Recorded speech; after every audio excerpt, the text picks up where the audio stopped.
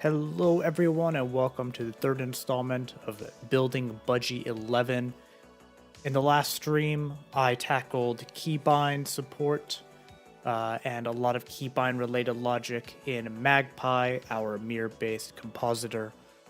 For example, keybind bits for detecting and converting mirror keyboard events into our own Q mirror input event modifiers and tying that into our configuration as well. So we have kconfig integrated. We have a Q file monitor as well, or file watcher to handle file watching, and a bunch of other stuff, which is pretty cool.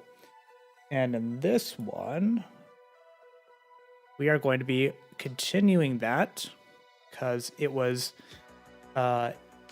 I was informed that there is a magical QKeySequence class, which I'll show in just a second here. There we go. Which should encapsulate a sequence of keys, for example, Control P being effectively Control and the cute key P. So effectively, it's a bit of a bitwise stuff, which is kind of cool. We're going to take a look at maybe leveraging that, seeing if we could trivially convert the mirror events into Q keys, which are then used in the QKeySequence. See how that goes. In addition to that, because this code has been organically growing, to say the least, we have a bunch of stuff like this process manager that needs to be moved out. I think mainly that. There's some logic here that we have for functions related to mirror that we tie in on this runner here. That might be worth moving out as well. We'll see about that one. And then start taking a look at some of the mirror classes, for example, floating window manager, which we can inherit and leverage and override. For example, overriding place new to have our own way of specifying positioning and all that based off different parameters such as the application info. That might be good if down the line we want to do something like session management, session restoration, and window position restoration. There are some other notable things I want to learn or try learning about. For example, there's a class here called Window Manager Tools that they have that allows you to get various information about Windows. That's obviously important if we want Windows-specific logic. And hopefully, and we'll see about this last one, because I'm not quite sure about this, is getting information about screens or outputs in the context of Wayland is what they're referred to as. But I'm not quite sure. They are just referred to as output here. Looks like, yes, class output. So we'll see. Looks like we could get information or we'll be notified about it through window manager policy, advise output create. So that'll be good. So we need to tie that into all of our cute logic at some point and start messing around with that. See what they have in terms of capabilities. It looks like it's a lot of getter information. So I'd be curious to see. They have display configuration here as a mural. So we would pass, I presume, the class and manipulate things that way. And that'll be important for when we want to implement particular output management protocols. For context, in Budgie 10.10, what we leverage is the WLR output management protocol. However, I want to transition Budgie desktop services to using WL output for getting output information because that should be more broadly supported, and then using KDE output management if possible. Because I suspect that this will have more of the properties like pixel format, maybe color related things that would be useful for, or that we could leverage as part of the KDE related spec. Because at least personally, I haven't found the WLR output management protocol to be particularly adequate. So either we have our own, or we leverage a KDE one, or we have like a hybrid. It might be that we support a given protocol, but then the behavior of it is subtly different in a way. We shall see. Of course, that would make it not exactly spec compliant, but you know, we gotta do something to make it easier for ourselves, right? I mean, if we're building our own compositor, why would we make it harder for ourselves when we have the power to make it easier? So let's go ahead and just dive right in, right? So we're gonna start off with this QKeySequence. So it documents that for standard keys, a standard key can be used to request platform-specific ones. There's custom ones, so you could specify human-readable strings, which would be very useful.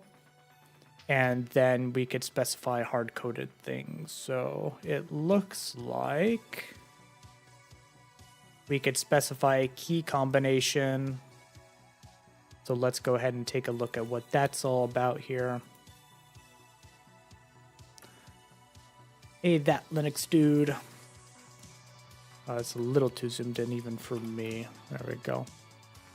All right, so we have a QKeySequence class, which can be used to represent a combination of a key with 0 or more keyboard modifiers, which is exactly what I would want. So you'd specify keyboard modifiers, which themselves are a different class. Or maybe there is it just an enum. Let's see. Keyboard modifier enum. Okay, so it's just an enum. So if I grab that, looks like there's shift modifier, control modifier, alt modifier, meta modifier, keypad modifier, and group switch modifier, which is X11 only. So we won't worry about that. The ones that we are particularly interested in are shift, control, alt, and meta. Not so much keypad. That might be useful for down the line if we ever have our own like graphical alternative shell for mobile gaming devices, but other than that, probably not. At least not in the. I can't foresee it in the immediate future. So we could construct a QKeySequence from that, or this is even better. We could do it from a string. So if I go to, oh wait, that is literally the definition. Well, it should be pretty obvious. I would suspect it's just control. Like, so we get the sequence. Here we are. So they have TR, whatever. So we would do TR, and then the key. I believe the TR is translatable. Is that what that is? The QTR, Q6TR, like translation string. Yeah, cute linguistic TR function. I wonder if it doesn't look like though when I was looking at it, it has to be. No, it could just be a Q string, so we don't have to pass it into TR. So that would be handy for that, but of course that only handles our config into QKeySequence thing. Like that's one side of it. The other side is matching up the ones from the mirror side. So that would be a little bit more fun. And those will be, I suspect, a combination, not literally key combination. Let's see. Although, because we're already doing the stringification, right? Theoretically, we can, well, I guess that's leveraging our keybind stuff already. We'll figure something out, hopefully. So if I go, so it's from key, list to string, which is quite handy. So that'll make it way easier for us to translate this to a string. And hopefully it'll do it in a sensible way where it would be like control, alt, and something. It's that. So there are standard shortcuts, which is, do they have... defines many shortcuts to reduce the amount of effort required when setting up actions in typical applications. That I don't think we'll take advantage of. That would be useful for actual applications, but in our case, I'm not quite sure. So a Q key is composed of a Qt key. So if we take a look at Qt key, we'll be able to figure out, oh, so that's literally just an enum with a given value. So can we figure a way to get a Q key? I suppose in theory it would just be that we do it from a sequence. Is there a way of doing it from a string? Turn up the volume. There we go. Let's see. QKeySequence, a toString.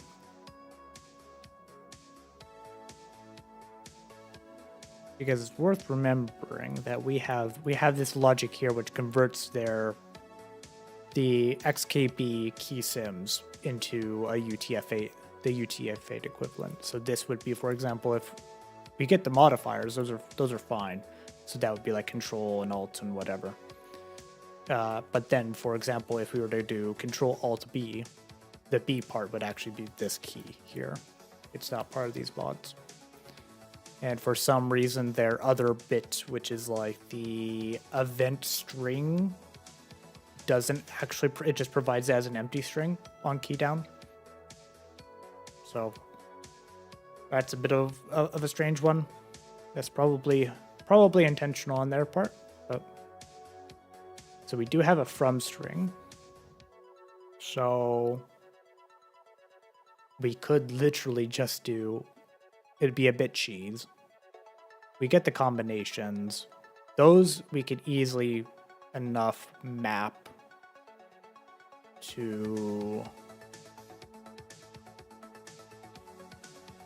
Can we add? We have a sequence match, that's quite handy. Exact match, partial or none. All right.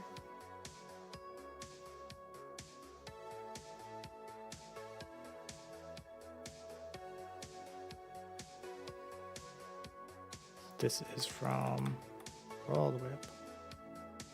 QKeySequence for undo. Yeah, so those are their constants. We could ignore those. Native text and portable text.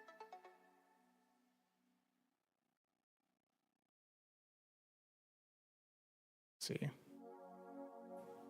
Get new Emacs style key sequences. Control X, Control C. Right. I mean, ours would just be this, not comma separated. But that does actually raise a good point about the key sequence. We should actually support that, because that is something that is quite common in IDEs where you'll have like a Control K, and then you'll enter one letter after that to indicate what you want to do for a given, say, command palette or something. So we should really make sure we have support for that. But if we're taking advantage of QKeySequence everywhere, then that shouldn't be an issue. See also Q shortcut. All right. Used to create keyboard shortcuts. So there's a GUI one. So it could take a bunch of different keys. Standard key, context, window shortcuts.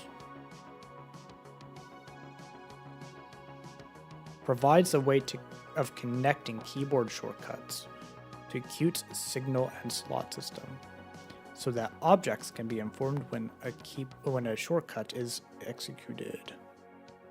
So you would build a shortcut from a key sequence. So that probably isn't what we're wanting. I guess hypothetically speaking, you might be able to tie that into the QCore application, but I suspect it's probably reliant on it being a QGUI application. I mean, it is in QGUI to begin with. So let's map out this, otherwise we're going to be going in circles here. So we have all this stuff. We could probably wipe out this, I think. Oh, this might be useful. So let's map things up. We have our config, right? So our config has this kind of stuff. 1. So if we're going from config to keybind, and hold on, let me just move this off screen and turn off this stupid thing again that keeps enabling AI. What is this? Where is it again? It's going to be under edit predictions, isn't it? Yes. I don't know why it decided to re-enable itself. That's great. All right, it's off. Cool. So, going from... is it... Okay, good. So it's just remnant. So we're going from that to, I would say, a sequence of some sort. So, and then we have the mirror side, which is going from their modifier. So we still should have our Q mirror input event modifier, and then map these internally to Q keys instead, or possibly Q key sequence. Is it that, or was it key combination? Q key combination with optional modifiers. With 0 or more keyboard modifiers. Yeah, so you would specify the keyboard modifiers and then the Q key. Okay, and then keyboard modifiers goes back to... I have to say, I wish these... There we go. Launch B, launch A. Control, let's see. Dead keys. My God, it is insane how many things they have. Where keyboard modifiers. Yeah, so we would do control modifier, alt modifier, meta modifier. So modifier would be a Q. This is really just our mirror input event modifier. Goes to these, map them internally to a mix of Q keyboard modifier and Q key. Construct sequence out of that. This will be Q key sequence by string. Something like that. We have those. And this would be probably here.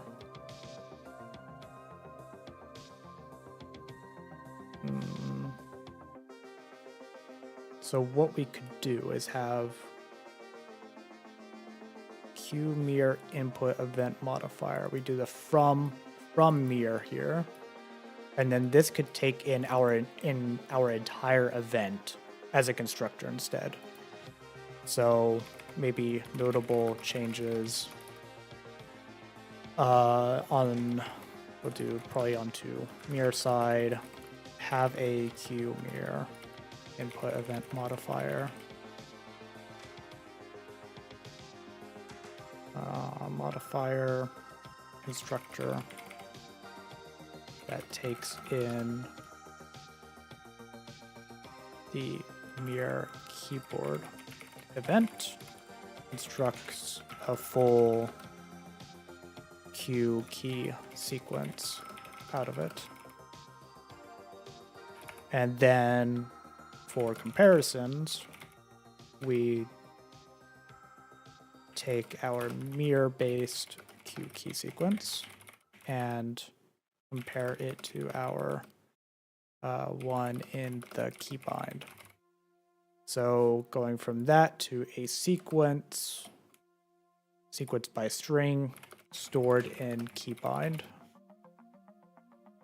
like that, or stored as a ref or something, right? Like it doesn't really matter how we store it, so long as we could consistently get it back. So that's my current line of thinking. for at least some of that implementation.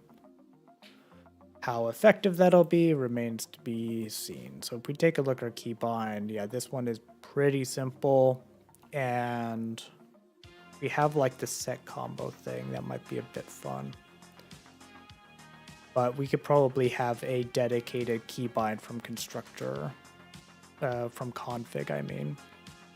And that would just generate this.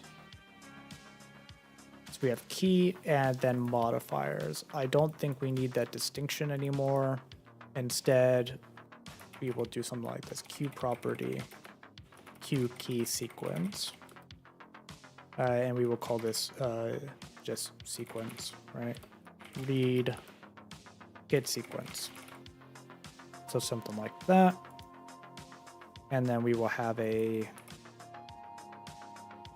QKeySequence, and that will be get sequence, like so. We have these set actions. I'm not sure about these two. Maybe get rid of set actions, set combo. Let's actually have this maybe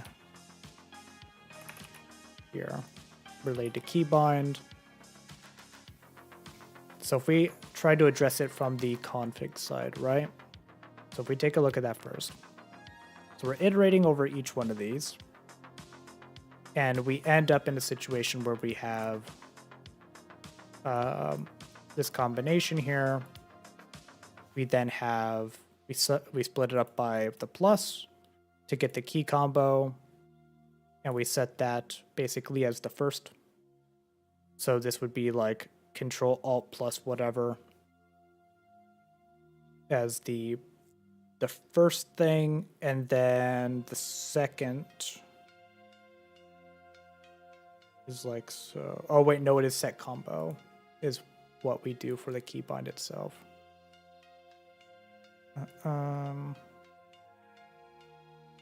Yeah, so actually we wouldn't even need to split this up into a queue. So let's just have this be a queue string.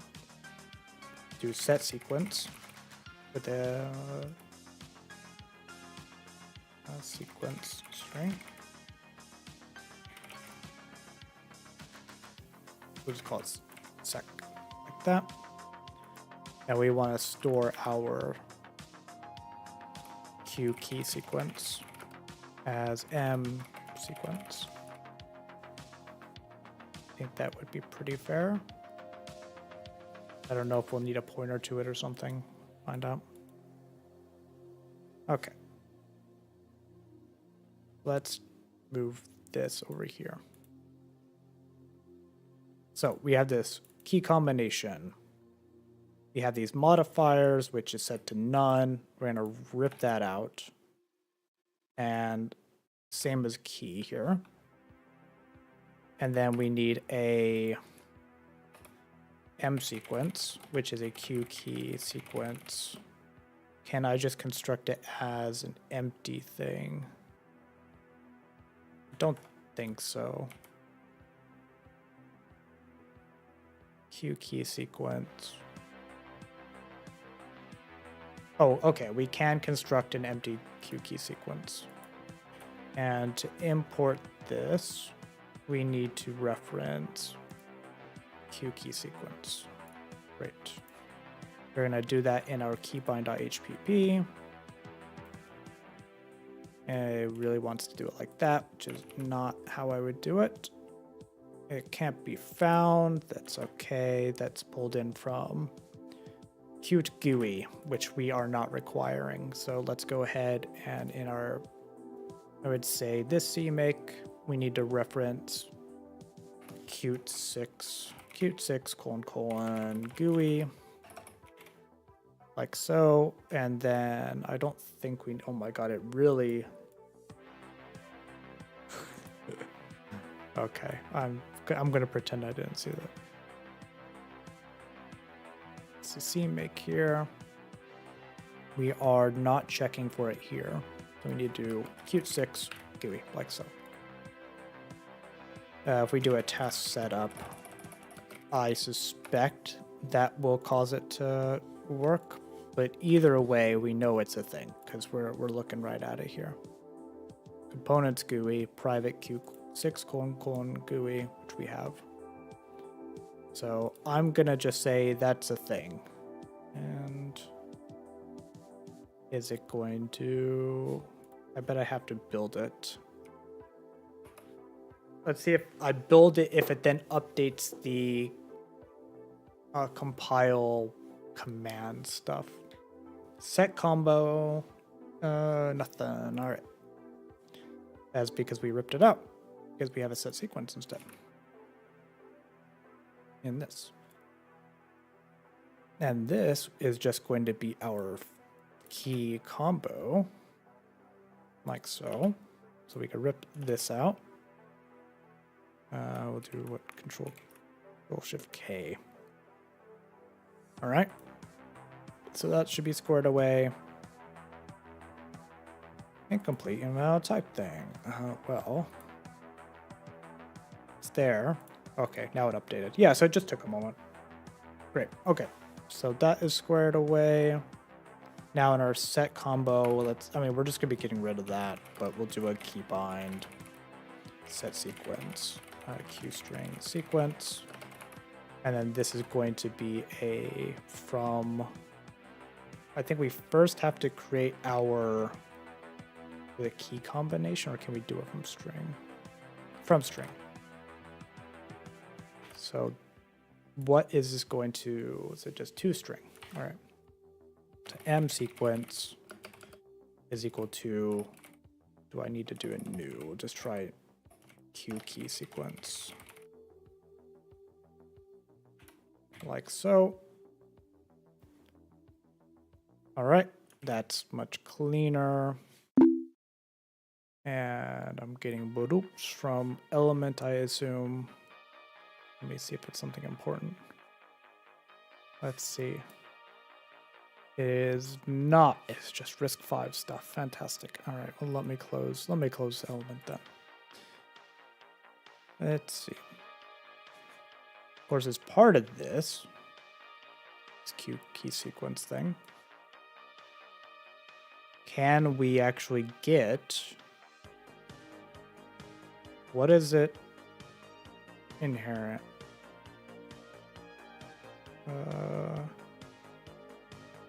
Nothing.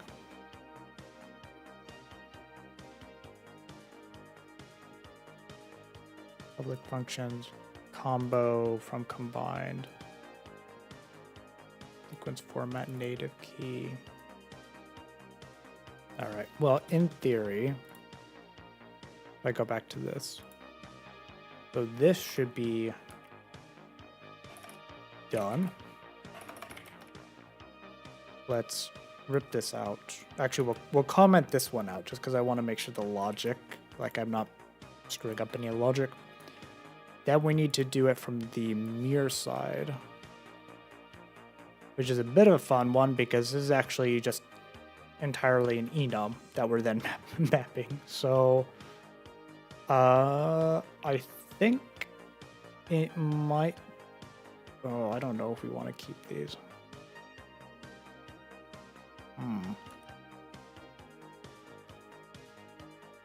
I think we're gonna have to do this from quick keyboard modifiers.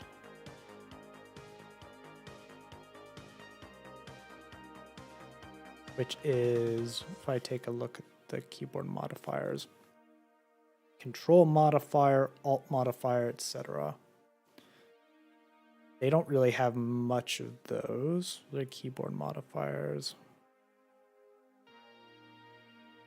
So they don't even have scroll lock in those as modifiers.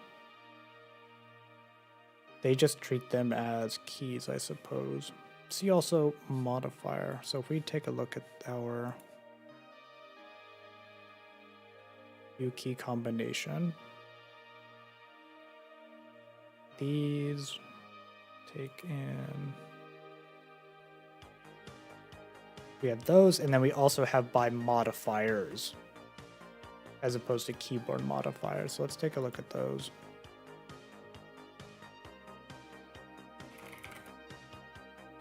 Just modifiers. Provide shorter names. Okay. So that also isn't entirely what we want because that is just Shift, Meta, Control, and Alt. But they do map to these ones. But to these, for example, if I go to this,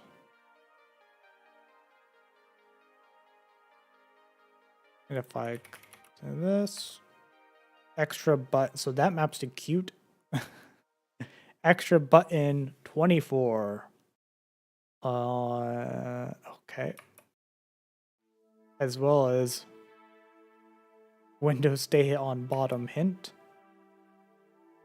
Uh-huh. Oh, there is a keypad. Oh, is that what it means?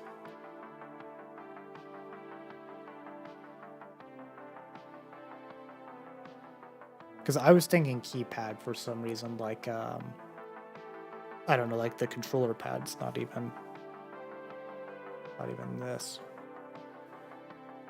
Scroll lock, etc.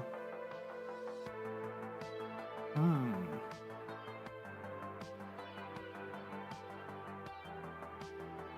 mean, do they even support caps lock here? Really? I mean, I guess you would rebind it to something else. You wouldn't necessarily have caps lock itself, like on custom keyboards. Like for example, I have a Helidux core, and it's like in the cabinet over there. I had remapped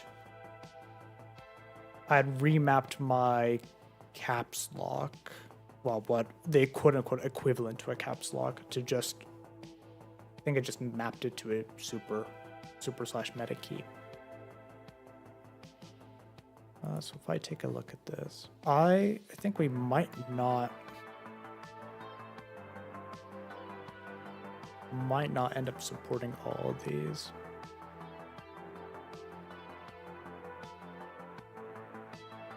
We do from string returns a modifier.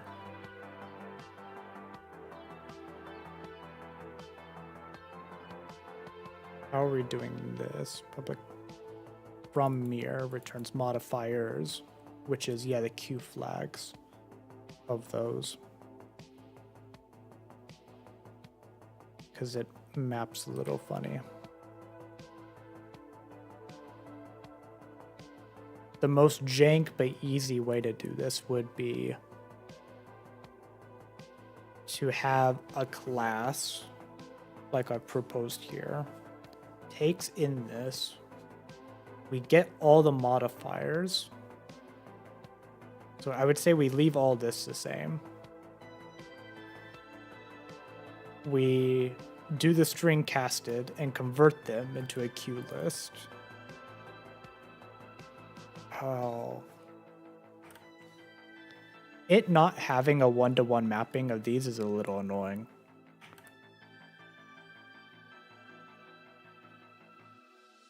Q key combination. Yeah, modifiers. Keyboard modifiers and then key. Modifiers and key of unknown. But this one is just modifiers. This one is from a combined, so this is just int. Constructs a Q key combination object by extracting the key and modifiers out of combined, which must be the result of a bitwise OR between a value of type Qt key and the value of type Qt keyboard modifiers. So, let's see, Qt modifiers.to combined can be used in order to produce valid values of combined. Let's take a look at this, I guess.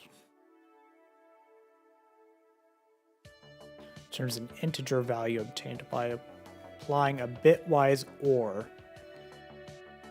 between the values of key. Sure. What's the from combined?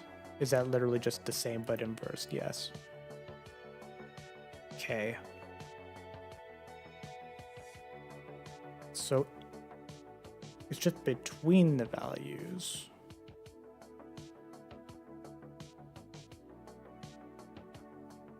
There's a key combination that represents a combination of the key and modifier. But can we just do any old keys of a key combination? What operators does it support?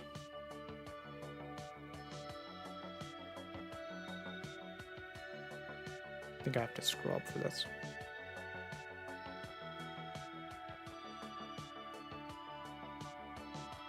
I can't tell from the documentation. Like, I understand that's no work, but not equal. Yeah, that's fine.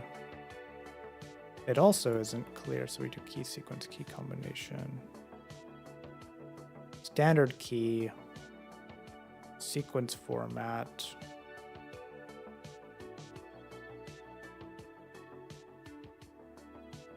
So these would all map to that one modifier. So if we go, where is it? The problem is these freaking namespace things. Control and Alt.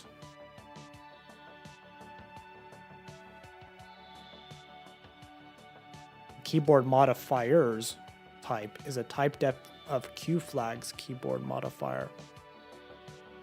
So we would do Q keyboard modifiers as the flag. That would work. So we can split them and construct. Let's see.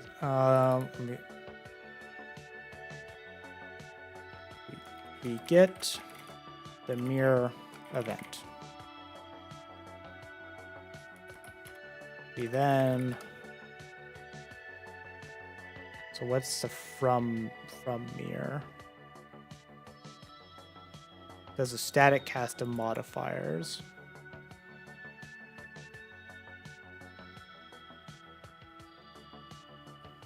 None, alt, yada yada.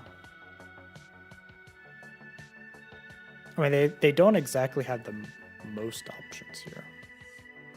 Oh.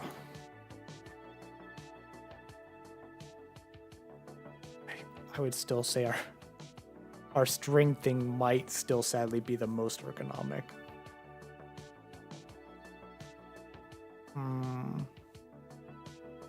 Do from static int of QMods, which is their type def. No, it's our type def of modifiers. That's this one that we're looking for. So there's is the type def mirror mods, which are static casted to this. We do that, and then we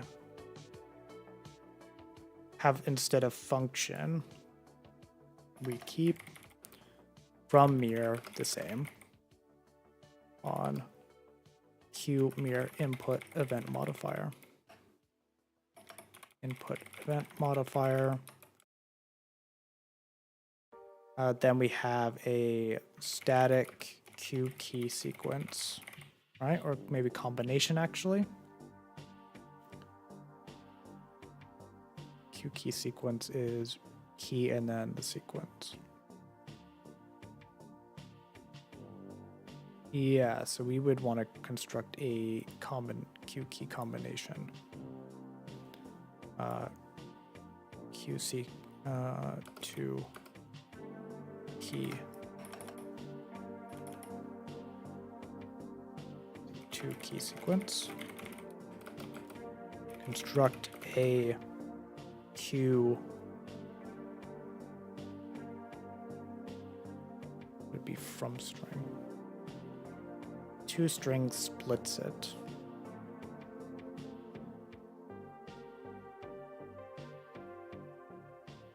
Split, similar.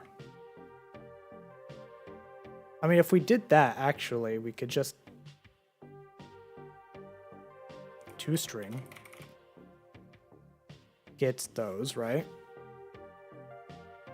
And then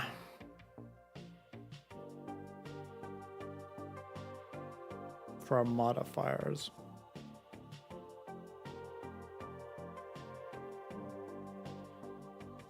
ToString, take the string and construct a new QKeySequence. That might be the easiest way of doing that.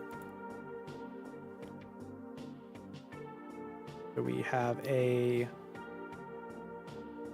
static we'll do QKeySequence, which we need to include up here. I don't know why it's include QKeySequence, like so. To QKeySequence, and this is going to be, what we could do is actually just pass these directly in QMods. So the first thing is casted modifier. So we'll just do auto modifiers is equal to toMirror on QMods. If modifiers equals, this is going to be none, QKey, no, it's just going to be none. Return QKeySequence. So if we have no modifiers, return empty sequence. Now, of course, oh, actually we have,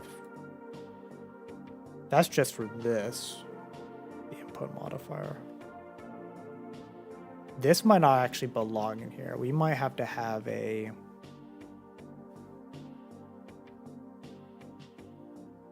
keybind.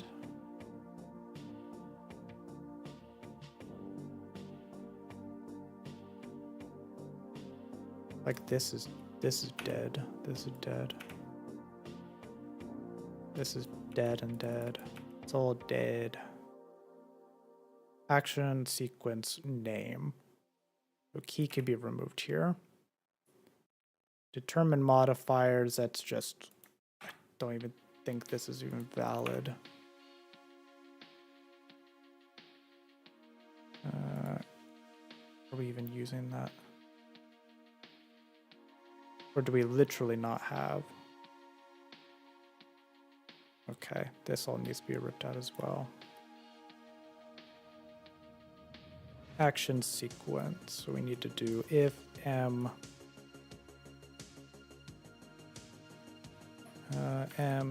sequence dot is empty. All right. We don't need this. We do need a get sequence though. QKeySequence. And really this should, I think there should be a const, huh? Get sequence const. We don't want it being copied.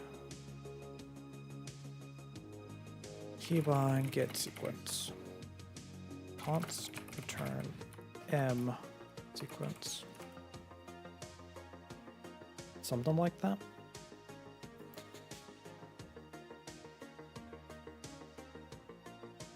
So we take the input modifier, we get the QMods. This is all from the event.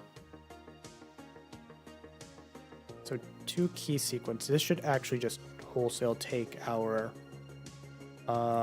mirror keyboard event.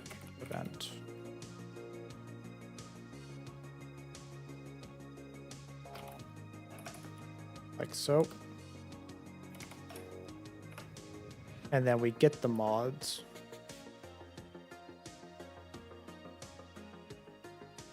Like so. Get the mods, we then do a from mirror on auto mods is equal to from mods.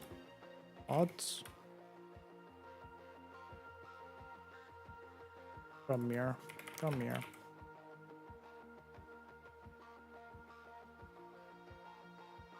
We have modifier. This would be QMods. We have that, which is the QMods. So if we have no modifiers, then blah. And while we're at it, we will attempt to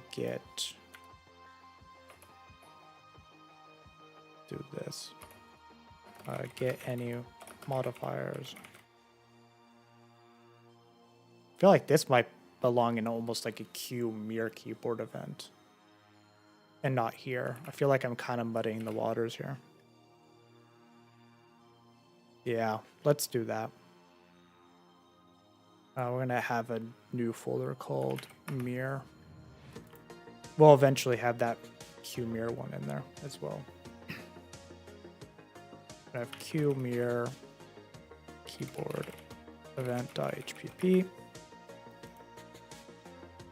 and Q mirror keyboard event.cpp. Like so. All right.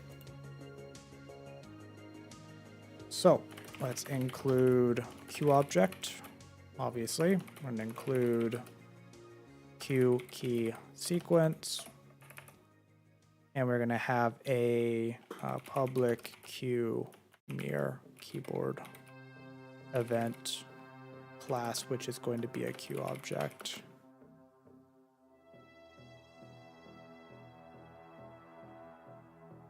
Let's reference like this.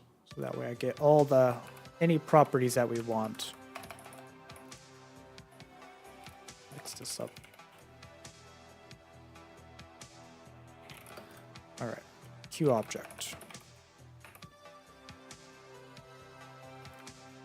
And I'm going to do also clear up at the top, pragma once. All right, I have Q property. We are going to have the sequence, I would say, QKeySequence, read, get sequence, like so. Public, have an explicit Q mirror keyboard event, which is going to take our mirror keyboard event and QObject parent is equal to null pointer, because it doesn't actually need to have a parent at all. That's entirely optional. This we need to pull in from the right thing, but it's not really catching it. So I think it's this enum from your toolkit. Is it not? Is it? Okay. There we go. Put that out then. All right. So we have that, and then we want to have a. Let's put in private. The QKeySequence mSequence. And since we have the opportunity, it might be worth us adding. Should we have the actual reference to the key combination? Maybe not, because we do have this toString here. It might actually only be necessary to have this. We'll add a QKeySequence, which is going to be get sequence, and it's going to be a const. So we have that. May include. Let me actually move my little note thing here over here. I'll include Q mirror keyboard event. So we have that. And then we're going to have our Q mirror keyboard event. Q mirror keyboard event. This is going to take in our mirror keyboard event. Don't need to pull that in already. That's already pulled in. Event. Yeah, I suppose I don't really need to do it like that. And QObject parent equals null player. Right.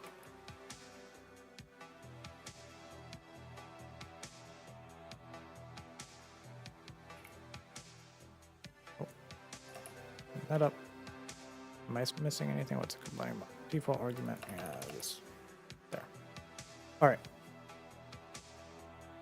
So we have that. Now what we'll do is this related logic we'll rip out and move.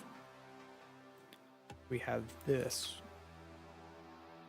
like so. So we do, let's pull in our pound include q mirror input event modifier dot hpp. And this, I think, will only be used if I do what Control Shift F here. So this is in our CMake. It's in our config.cpp.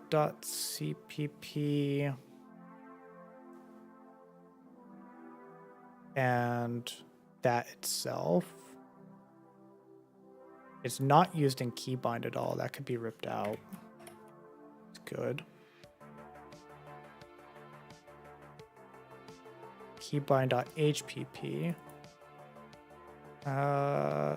Determine modifiers. I don't even think we're actually. That's literally just in this. We don't even. Just delete that. There we go. Like, I guess these should be. Those should be private. Rip this out. All right. So we have this. Let's move this. And before we forget, let's update our CMake, because otherwise we're going to be into this and we're like, what the hell? Why isn't it doing anything that we want? Q mirror keyboard event.hpp. Mirror q mirror keyboard event.cpp. Okay, we have to move that.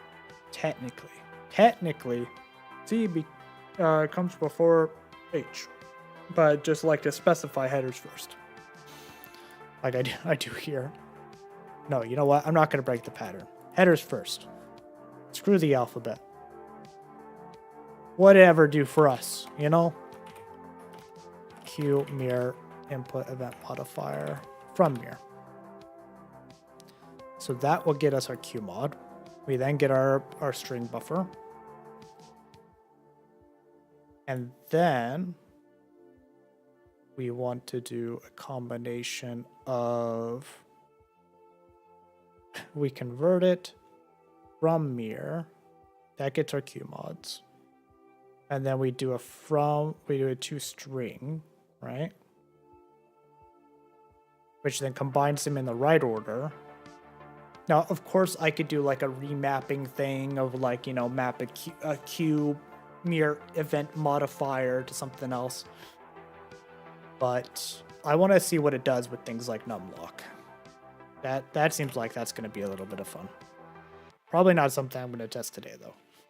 To do that, we're going to do auto qmod as qmods combo is equal to qmods dot.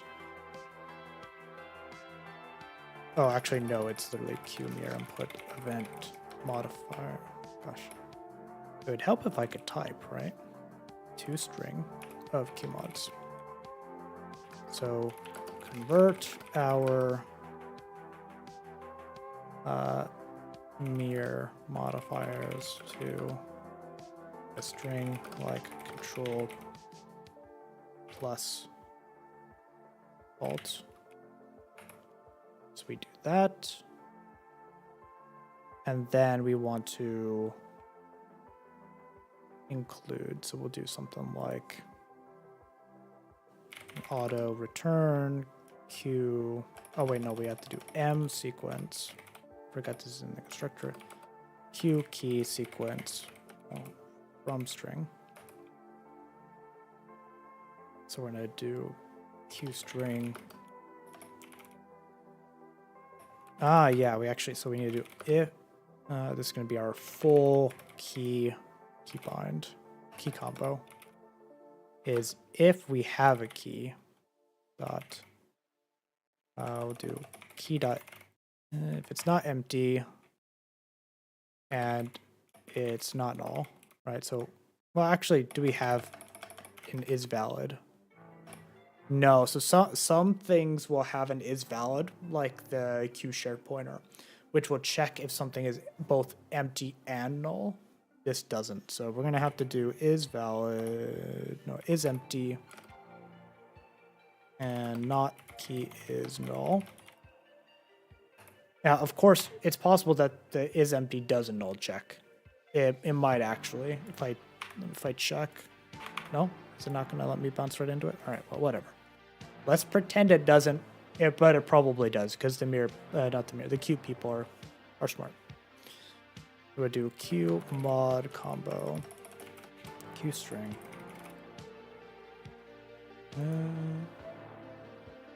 Do this. So if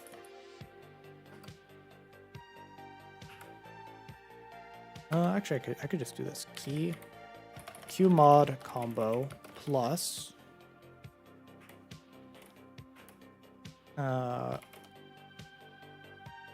plus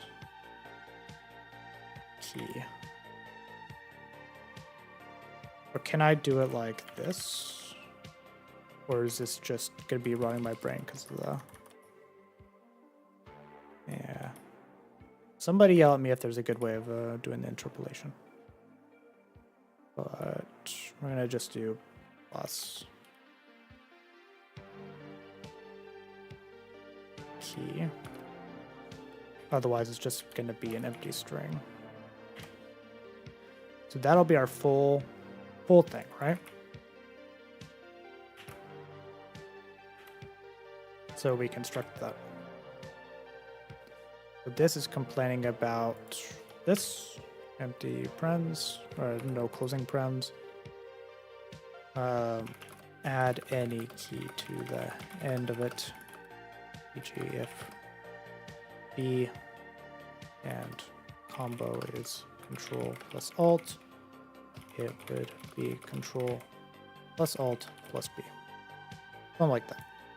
We get our combo and then construct the sequence.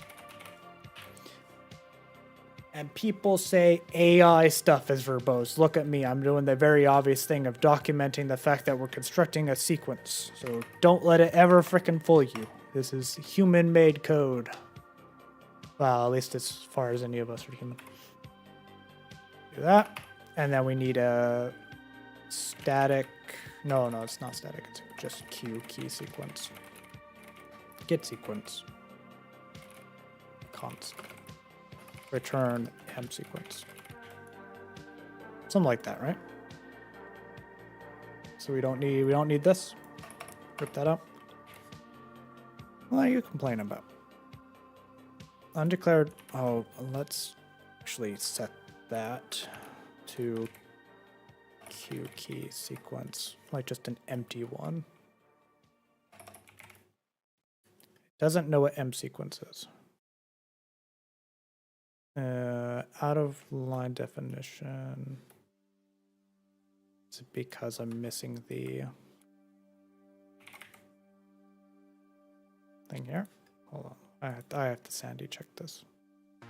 Oh no, it's because I'm forgetting to do the Q object thing. Lol. Q object parent. Yeah, it makes sense. You know, if you have something inherent, the other thing get it. See, non-member function. Well, that is because I have this as Q keyboard event : There we go. So that fixes that. So we have all this. We're gonna, I guess, keep that all the same. We're able to construct a keybind which has a sequence. So now in our main, we have a lot of this crap, right? Where is this? Enums. We're gonna do mirror / Q mirror keyboard event.hpp. So we have our event here. So if it's not down, we just do that, right? We do Q keyboard event is going to be a Q mirror keyboard event. What do we do?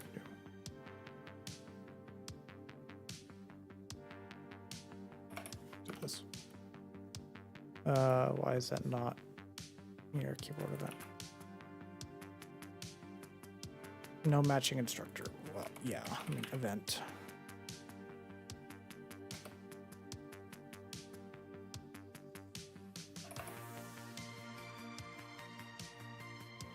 No matching conversion. Let's see. Functional style.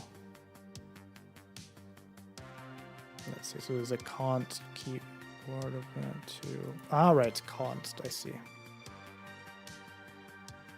Const. Or, you know what? We'll make it const. All right. So we now have a Q event there. So that cleans up a bunch of this stuff, which is great. And then we have this keybind. And then what we're doing is we iterate over all the keybinds. So if it's null, so basically it's like, oh, we don't know what the hell is going on here. What we can do is if Q keyboard event dot, we'll do get sequence. And we're going to say matches keybind get sequence.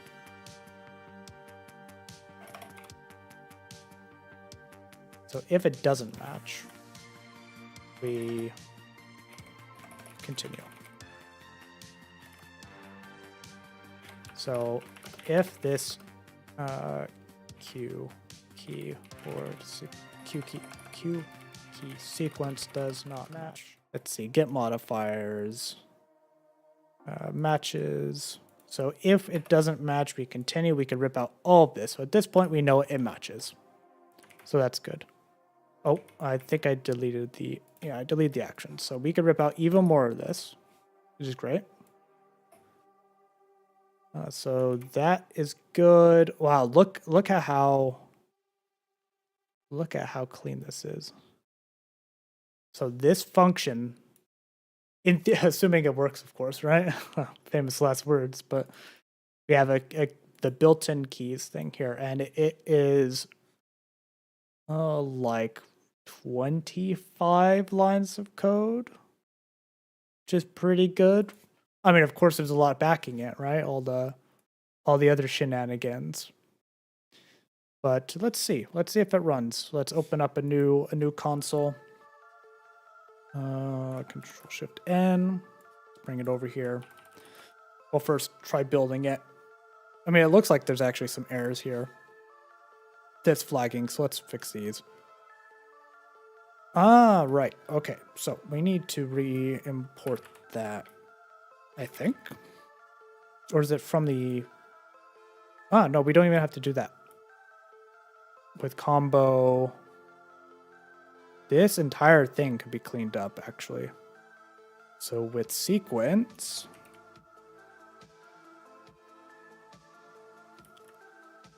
we'll do keybind, actually, pointer data. So let's do the actual auto keybind is equal to keybind pointer dot data, right? So we'll do keybind here, and same for this, keybind here. And then for here, we'll do keybind get sequence dot toString. I'm curious to see what the portable text one is like. Keybind redefinition. Oh, yeah, I guess we don't need to do that, huh? I literally already have it here. Cool. Well, that works out. The set sequence, I don't like the the name of this? We're gonna set sequence by string. Actually no, because we could have two. Here's what we're gonna do.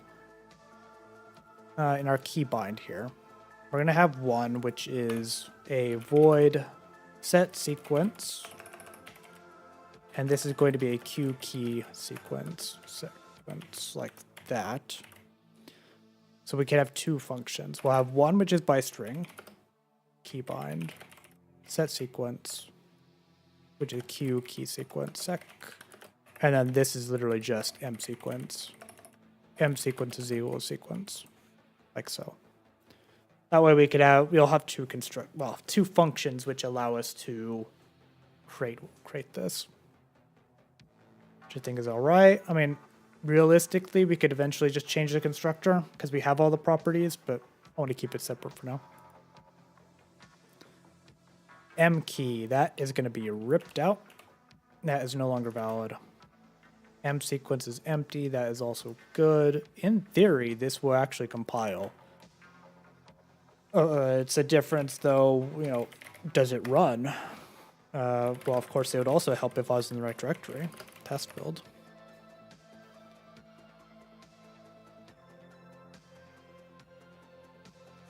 Surprisingly, it built.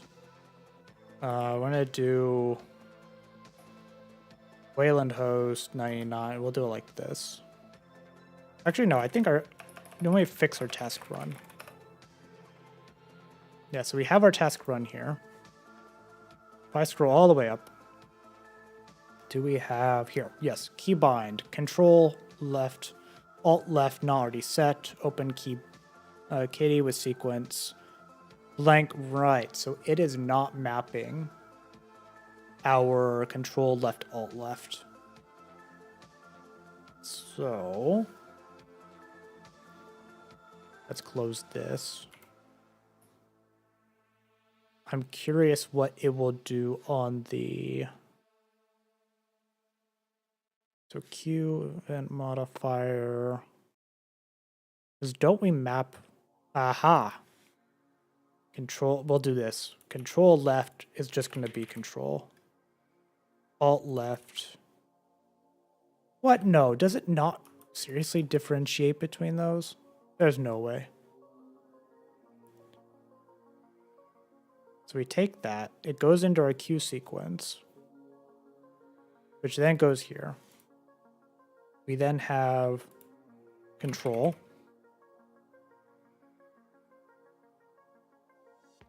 Key alt GR. Yeah, so that would just be, my control and alt GR. Control.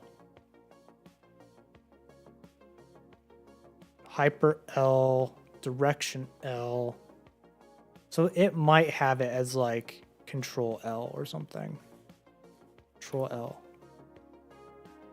Control also, what the hell? What's going on with the find thing here?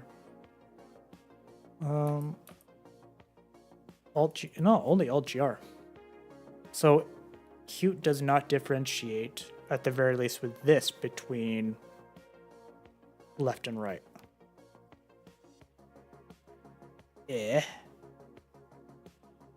There's no way. There's no way. Really? Control. When a control key. So literally any control one. Well, that's a little bit of a ball ache, but okay. So we'll do control left, case control right. Alt left, alt right, not to be confused with, anything else. And this will just be alt. Is there anything else that's left, right? Yeah, shift and meta need to be rebound. So case, alt, no, shift, I'll do meta. Meta left, case, meta right. Return. So it's the music's a bit. There we go. Let me turn it up a little bit there. Let me know if the music's too loud, please. Turn meta. And then we'll do shift left, case shift right, and return shift. So that will be those from string. But where is this used then? Here. So we map that. So we're gonna have to, unfortunately, manually modify. I know, it's disgusting. Let's go cd.config. Fortunately, literally nobody is using this yet, so I could do whatever the hell I want. Control left. And let's replace this with control. What? Oh, I have to do this. Control left. Control. All instances. And then we have alt left. And just replace this with alt. All instances. All right, so that should, I would expect, remap things. Let's see. Task run. So we have all this now. If I go, I keep forgetting to do the scroll buffer thing of clearing that. But, okay. Not in sequence, and so it is mapping it to a sequence. It's not differentiating between upper and lower case for the keys, but like, let's see if it actually works, if it's fine. So let's open up maybe, oh, it's still doing this. Control, did I forget to fix that one? Control left, alt. Or is this one of our hard-coded? This might be one of our hard-coded values. You know what it is. Control and alt. So we're going to close this again. And we're going to do test build.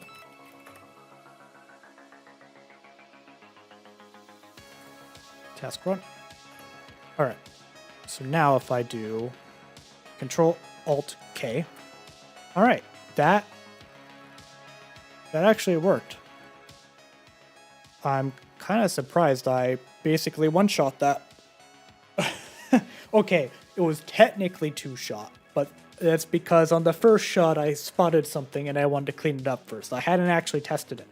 So I'm calling it one-shotting on that.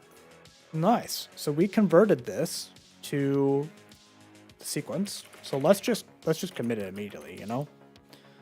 So we're gonna do source and add cmake list. Commit this, feat convert to using QKeySequence, move mirror bits to own folder, implemented feat implemented mirror keyboard event to more trivially convert mirror keyboard event into a QKeySequence. It's not perfect, but you know what? It works, right? And I would rather have functional code than code that's like, oh, well, it doesn't do X, Y, and Z. It doesn't look a certain way. All right. So that is all squared away. Now we're going to do a little bit more code cleanup here. Hey, wait. So I go to our main. We're going to move this process launcher into its own thing here. So we are going to do source, new folder, process. We're just going to call it launcher-pp and launcher.cpp.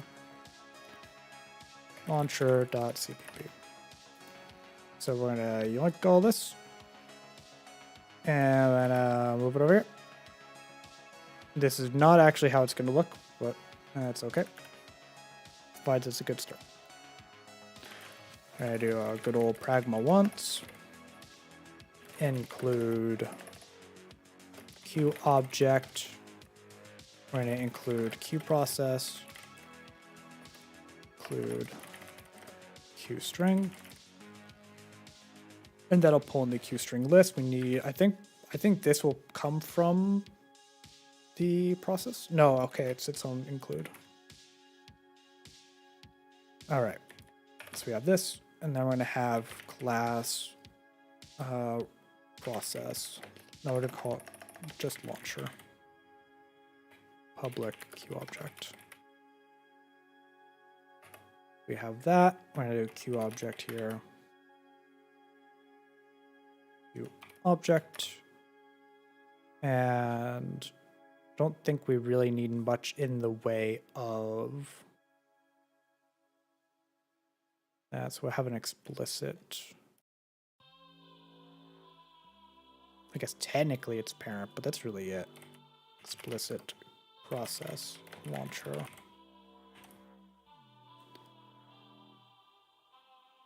Because we have launch applicate. What Wayland protocol are you planning on to add support for? Well, at the moment, nothing yet. Not like the second. But the first one that comes to my mind, I mean, I don't necessarily want to bite off more than I could chew, but if probably KD output management, something like probably that. I'll have to see. Because I don't want to invest the time into implementing support for WLR output management. I'm not like the biggest fan of that. So in theory, it'll be the KDE one. But we'll investigate that when we get to it. First, I want to do some like really basic things like getting window lists and, you know, getting what our output information is, that sort of stuff. Basic things. And then, all right, can we then manipulate the output, you know, with hard-coded values or whatever. So we're going to have Q object star parent is equal to null pointer.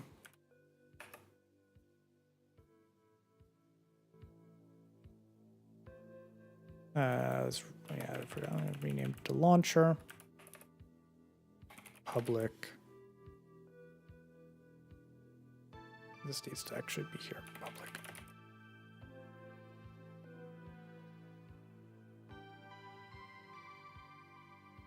Launch. I'm going to do void launch. I mean, I could literally just copy the function signature here. Like so. For that one, and then this is sort of a similar deal for that.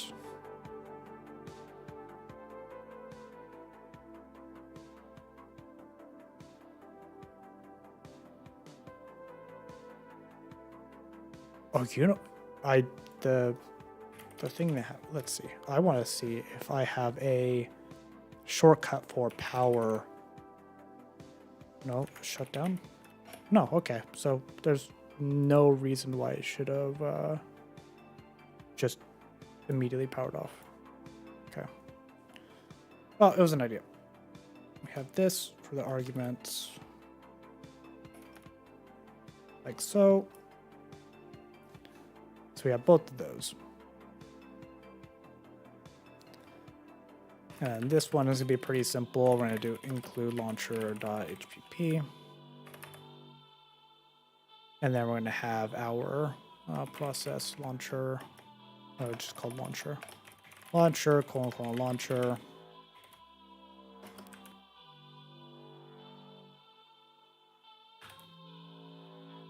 I guess the shutdown key protocol, exactly.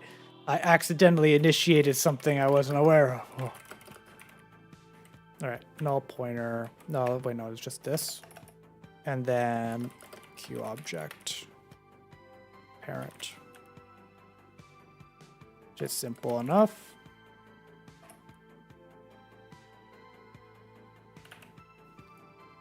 So we have that, and then we have these, which we will. This is required process finish. Ah, yeah. So we need to. Well, funnily enough, we're not implementing a new process launcher for each thing. We just have require process finish, but we're not communicating what the process was. Right. So that's not very convenient if you fire off a bunch of things and you have long-running applications and suddenly it's like, oh, well, one of them died. It's like, which one? Well, we'll never tell you because we only have a signal that gets emitted that has information that something finished. You'll never know, though. All right. Well, we'll do this.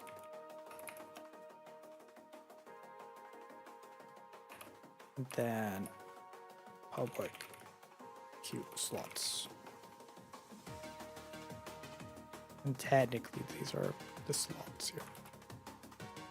Right, something like that. Should probably have information on the actual process, assuming it's... We have a delete later. So I'm hoping we could do something like this. And maybe that'll do the trick.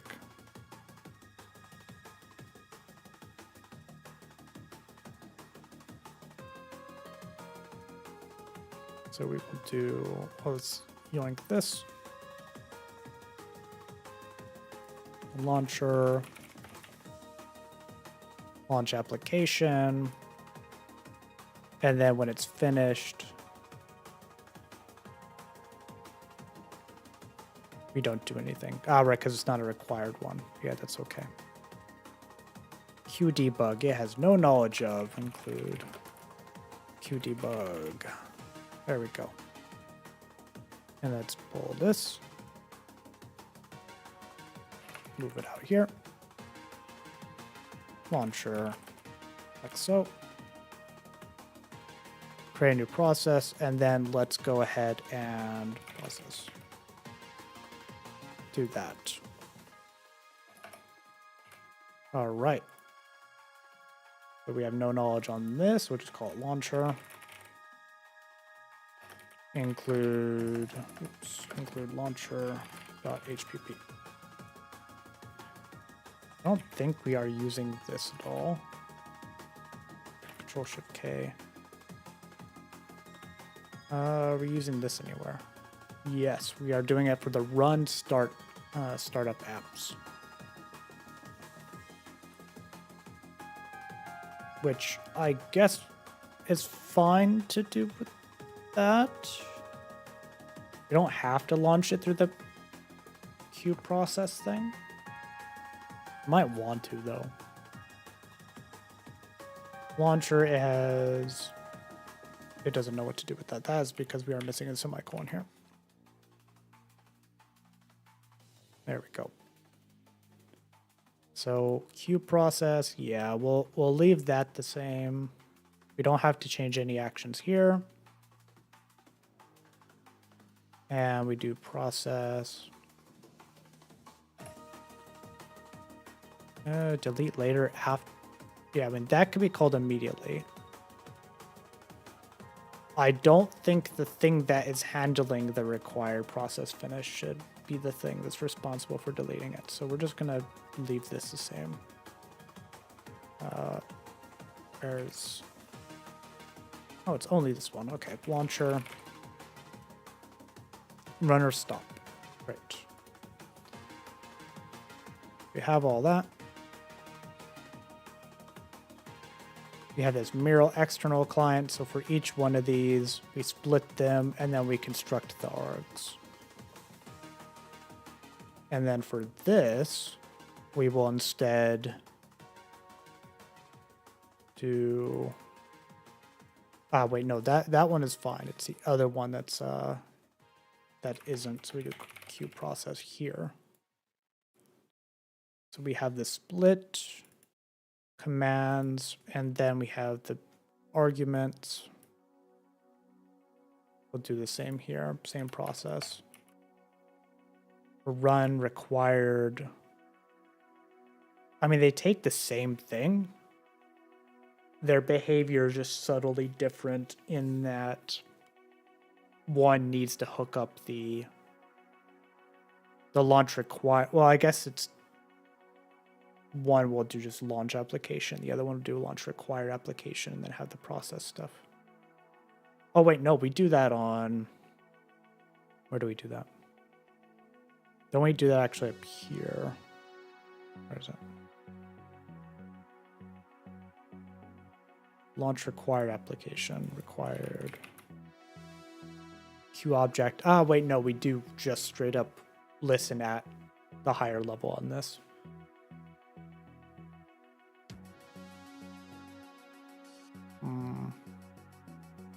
We could make this simpler. Reach application and applications.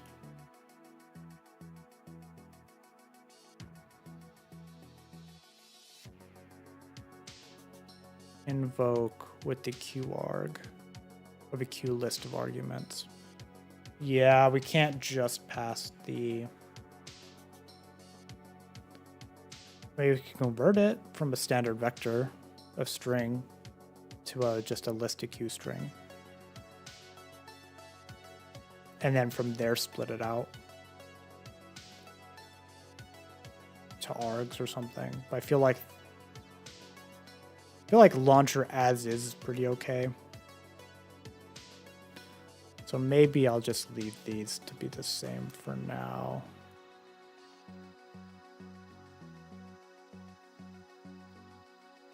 So we do that, which we were already doing actually. Rip that out, rip this out. If there's no arguments, take first, so we're not going to do that. If it's not empty, we get the first for the program, and then we do a QMeta object invoke method. Oh, I mean, these could literally be the same. The run required apps. If I just rename this to run apps. Because it doesn't, like, there's no difference, meaningful difference if it's startup or not. Because I could do this. Did I just delete the required apps though?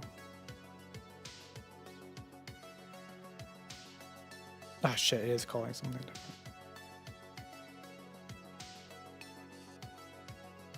Ah, right, because I was looking at the keybind thing, of course. Yeah. And I was like, oh, well, we have this here. Run startup apps. This needs to do a similar thing here. We just copy this. We just wholesale copy.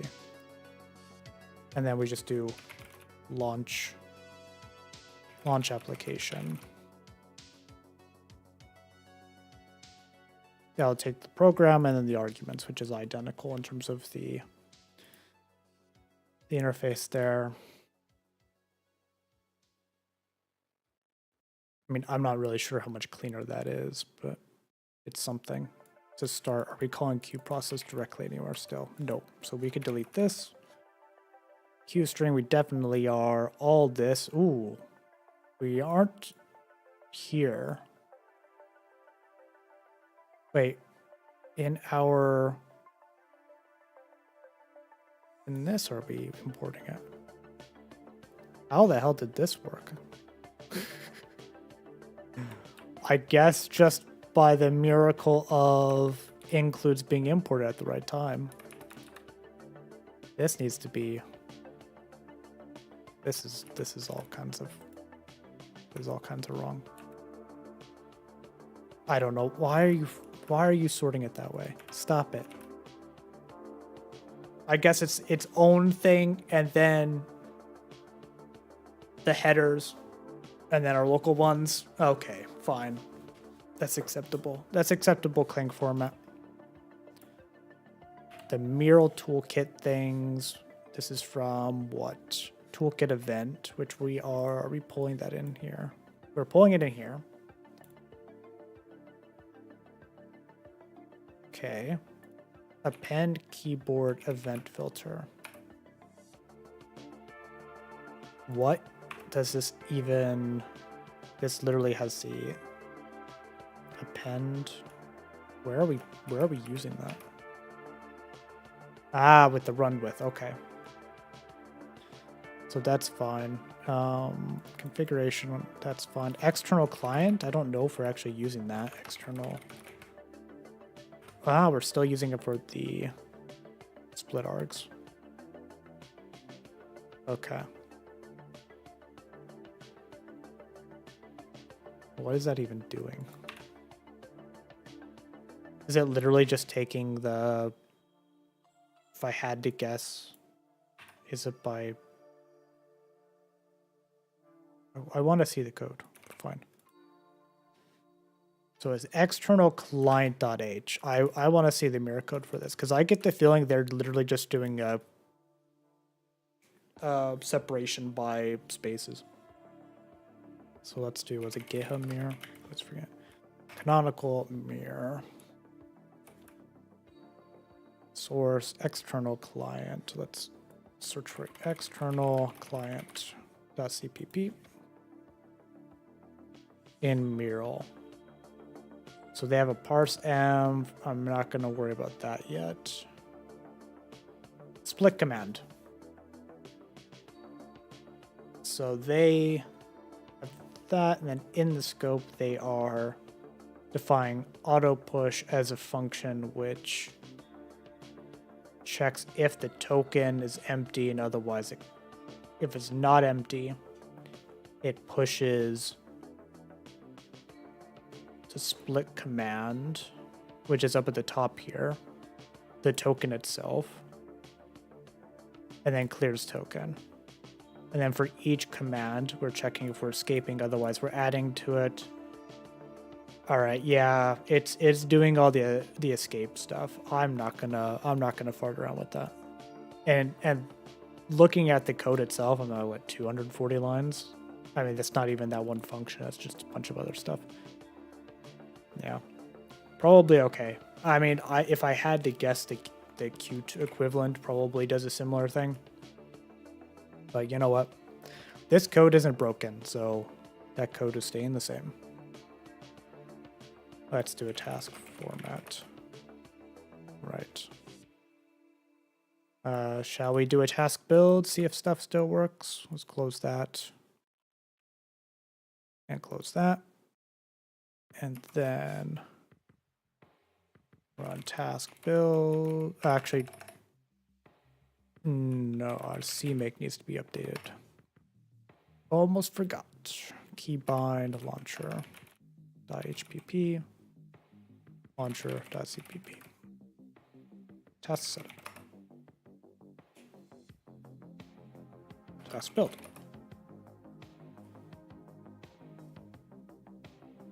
Source main was file mock, but does not contain QObject, blah, blah, blah. No relevant classes. No output generation. Yeah, I guess we might not need this anymore.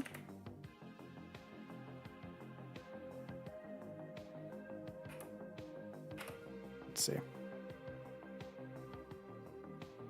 All right. Task run. And if I do Control-Alt-K, we get that, which is great.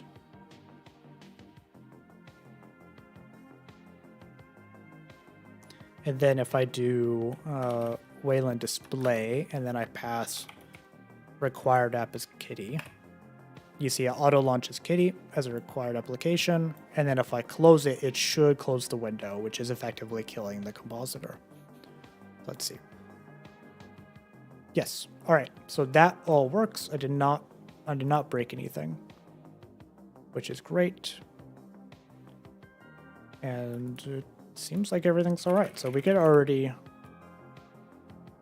What is in data here? Data schemas. Let's add that to my gitignore so I don't have to continue doing this. When we need this, uncomment data schemas. Git status. I'll do git add.gitignore, and then we should just be able to start doing git add dot git add dot. We'll consider this a chore, split out process launcher class into own file, rename to launcher. Chore formatting. At least whatever Clang format considers formatting. All right. And we'll git push that.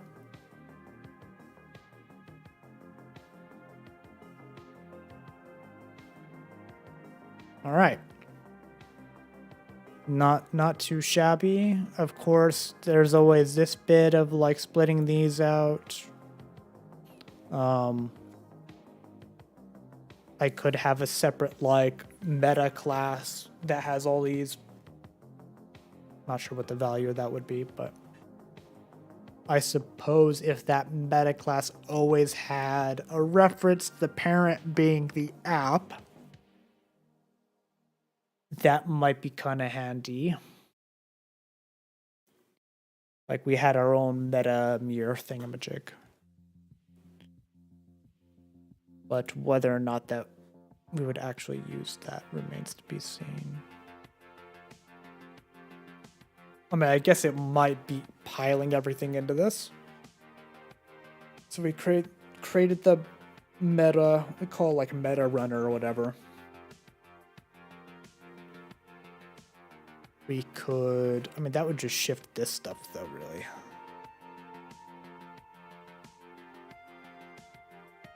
This app handling things, I'm not really sure about.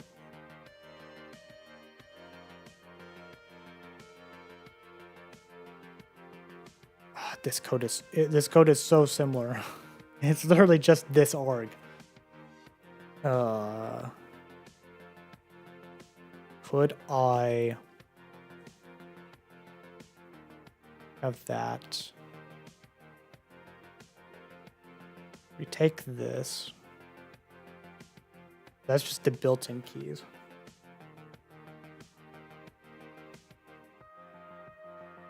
Could we do this? Launch application.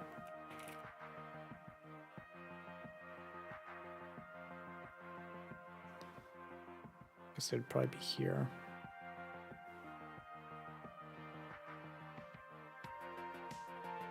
Welcome launcher. Launcher is this.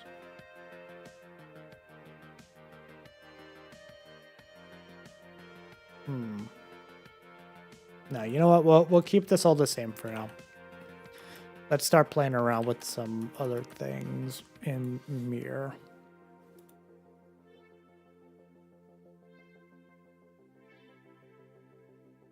They have like add, start callback. When a signal is received, what kind of signal? That's the FD thing, right? For the main loop. Some highlights of the Mural API. Yeah, so they have these like window management policy things and the window manager tools. I mentioned those earlier. The two important things, right? Window manager policy. Functions expect the policy to take action in response, and functions notify the policy that something is happening.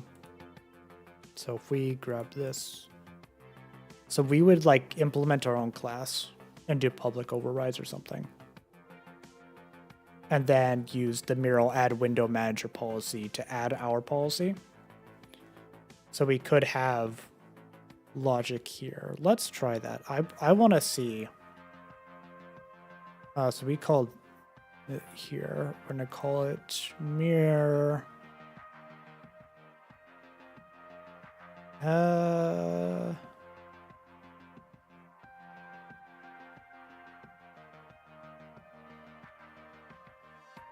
Magpie window policy.hpp.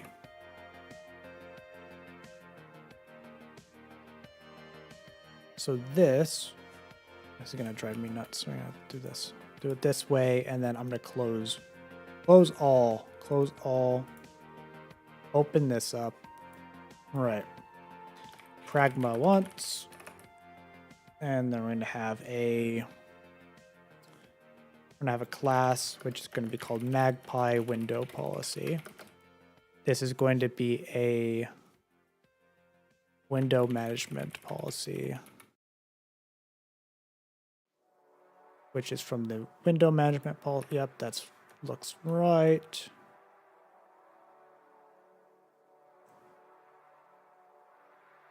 Like so, and then I forget, can you even do object? Like multiple inheritances. I'm actually gonna look it up because I forget. Can you do multiple class inheritance? C++. Oh, C equals. I want to say if you, when it says it can be avoided, which implies that you could do it. Oh my god. Can I just have a straight answer? Multiple virtual inheritance here. ISO CPP. Oh my god. Public base. Ah, yes. So it's public blah. And then other blah. Dreaded diamond. Base dir join. So this is, yeah. Well, so this would just be dir and join. It's not a diamond. So I should actually be able to do this. Q object. Oh, it's probably just complaining. You know what? I was almost, if I do just Q object. Yes. So I was doing it right. It was just, I thought the red squiggly was like, no, you're writing invalid C++. Nope. I was right. Good job, Josh. Pat yourself on the back for that one. And at public. So public is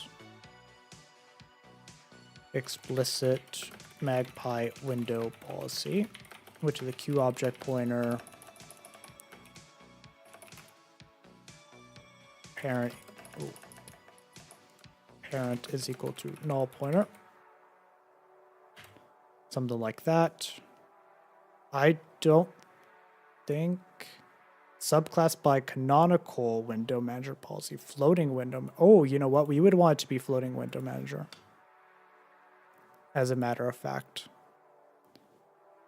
Because that's probably going to extend the base functionality. Yeah, we want this bad boy. We want all the floating windows. Floating window manager. Is that an actual policy though?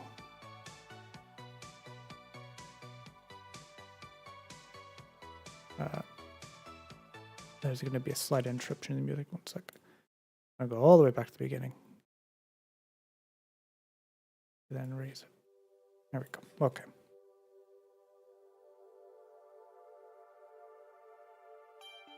Base type is the window management policy.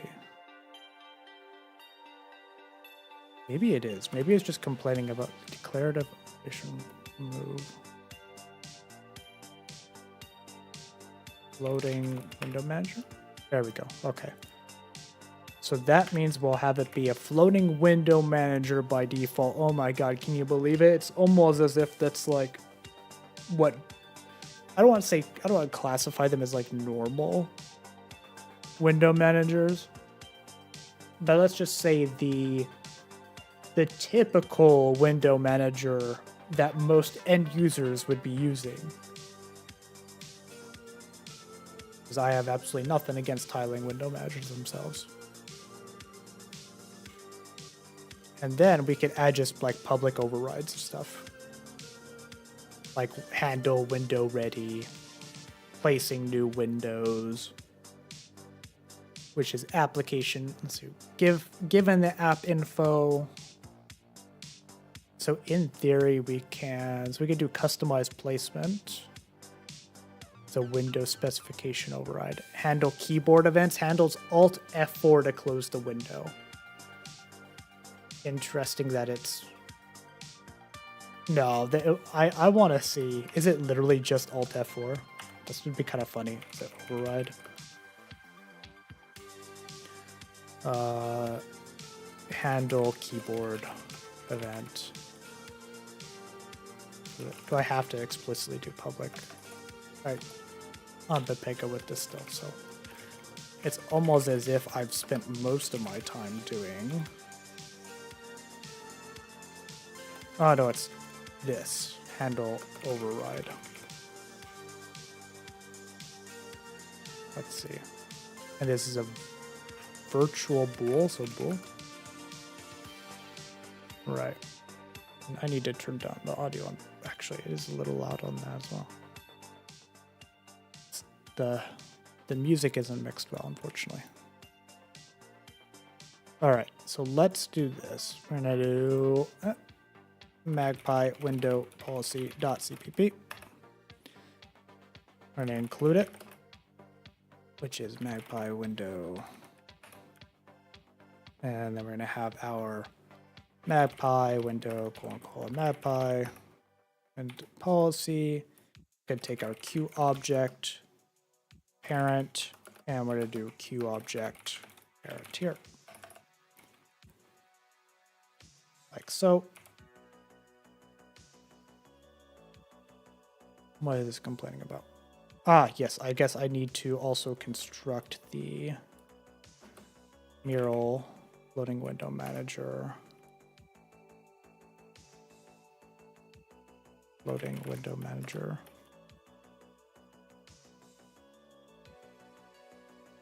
Like this. Is that gonna work? Instantiation. Window manager tools. Ah, right. So does our... If I take a look at that function in main.cpp. So we have set window management policy. Does this take in tools? So it's of type law. Wait, what are we even doing here? Extensions. For Wayland extension. So all the extensions are enabled. Were we not doing just setting a minimal window? Implementation of minimal. So what is the difference between... What the? Oh, this is the... Right, so ours is the policy. This is the actual window manager. Oh, okay. Right, that makes sense. Derived types. Minimal window manager.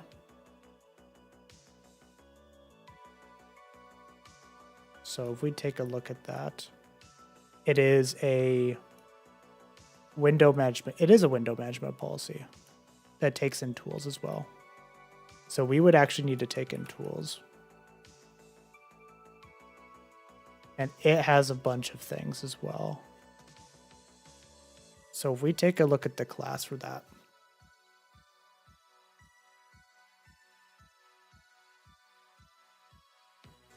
Curious, what was the other thing that...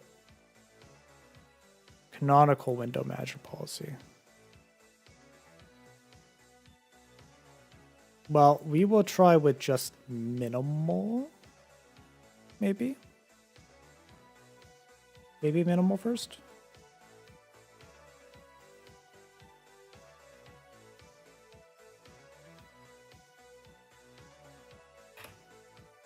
Something like that.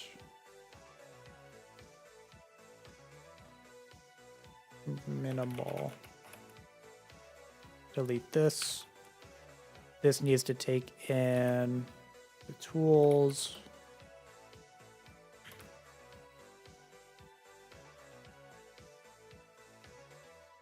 Which is from window.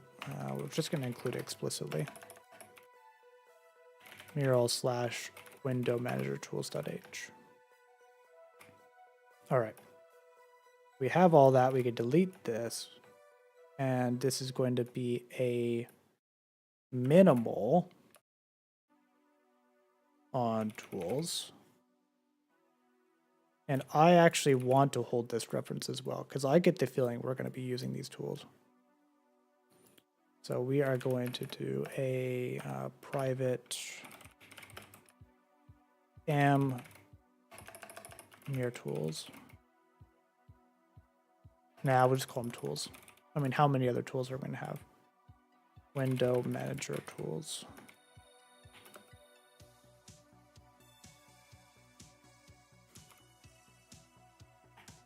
Or mirror colon. Like so. Q object, and then M tools is equal to tools. Of course, this is a wrong conversion of const.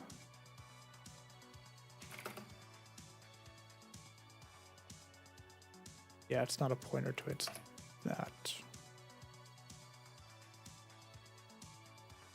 Non-viable conversion. Where is it? Oh, it was. Okay, I was just wrong. What the fuck? The constant.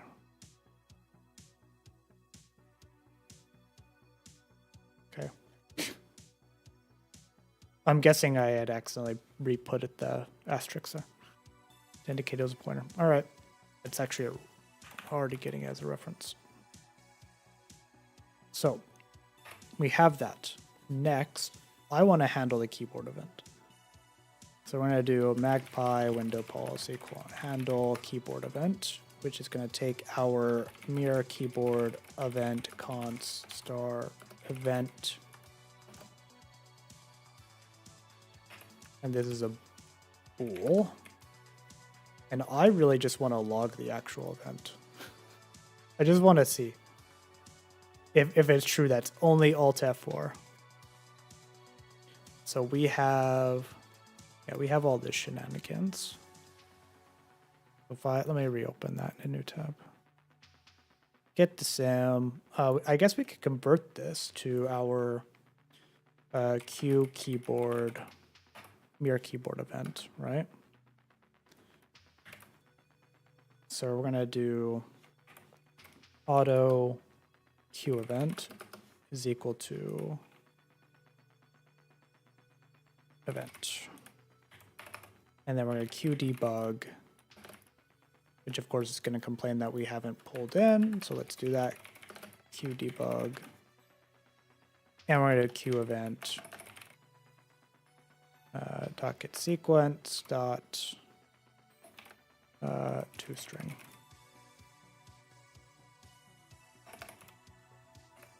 And we're going to return, I don't know, what was it expecting? Keyboard event. True if the policy consumed the event. Okay. So if we want to basically gobble it up for ourselves, then, right, okay. Makes sense. Makes sense to me. It's not going to have any knowledge on this. We'll do, and also we're not even pulling it in. So that's the thing. Mirror / magpie window policy dot HPP mirror magpie window policy dot CPP. And we're going to do main.cpp here. So we have this set window, set management policy. What is it expecting here? Run with initializer list, mirror server options. It's not very helpful to me, to be honest.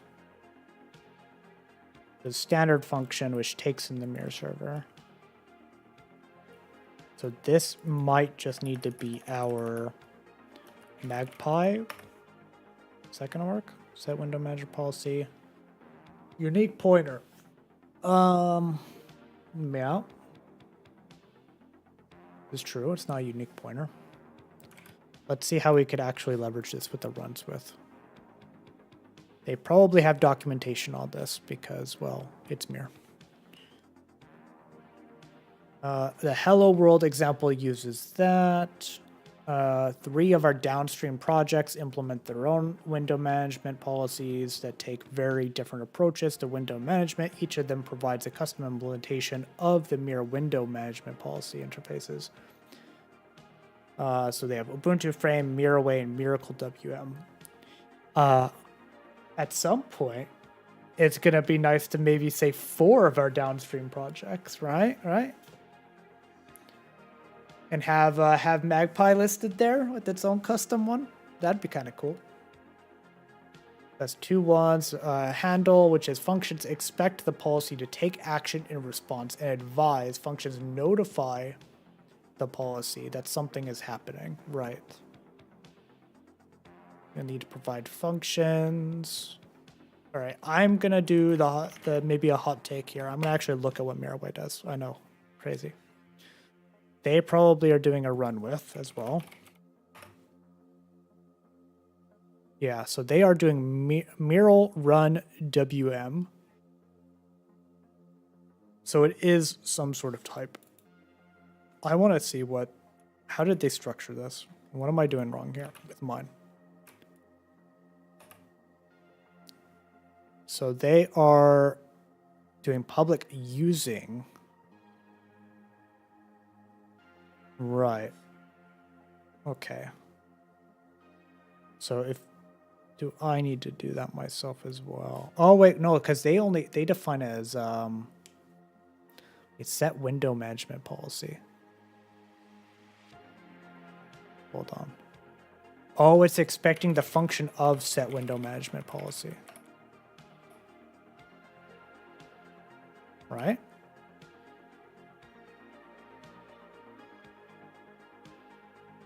Or is that? No, it's not. They're doing using, and then they have void handle, like handling of various stuff. Okay.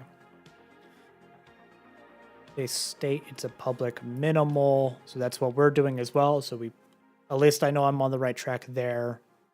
They're doing a using, so that way they don't have to specify probably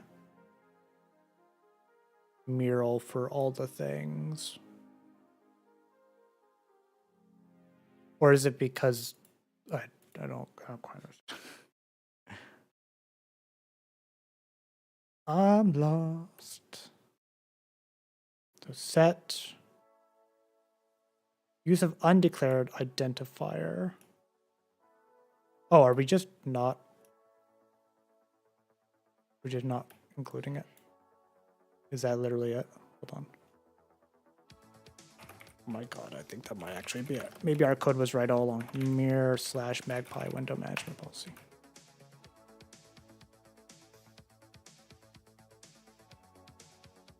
No viable conversion from return value unique pointer. Does it need to be unique? So what are they doing? Oh my god, can I close this? Crap. There we go. Go away, GitHub thing. Run with set window management policy. So do Mural set window management policy. They specify their thing. Voids.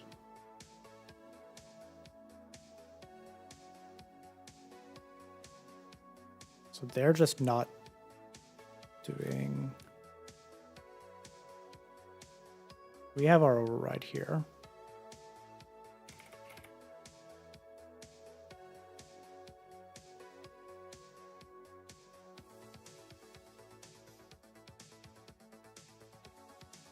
Maybe just do this.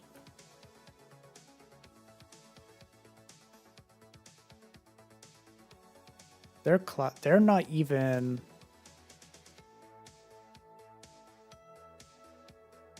Right.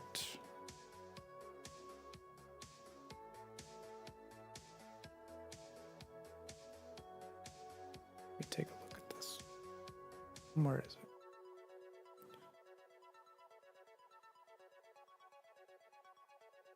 Take a look at Miracle WM. What does it do?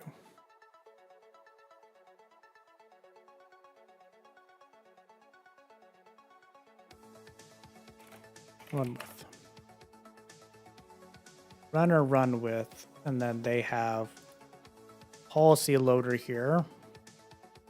So they have their own thing, which does external client, positive state, display state, magnifier. So theirs is called policy loader. So they're doing a fair bit of stuff as well.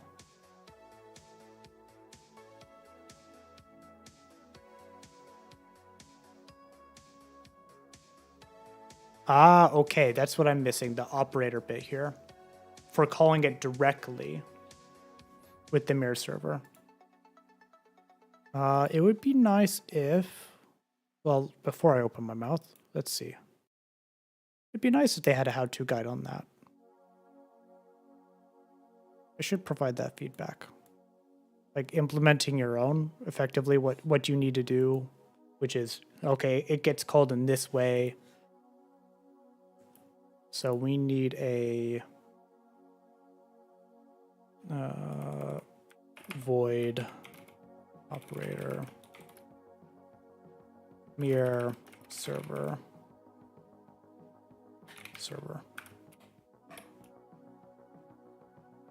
This is going to come from mirror, I think, server. Or is it literally mirrors? Where is this from?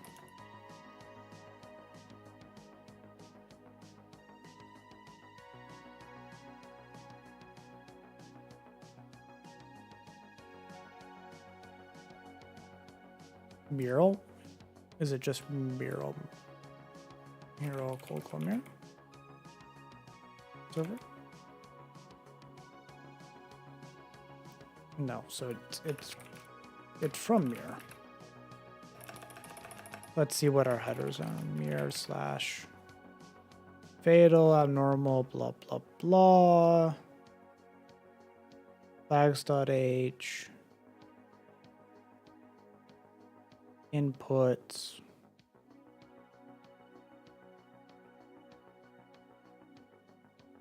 So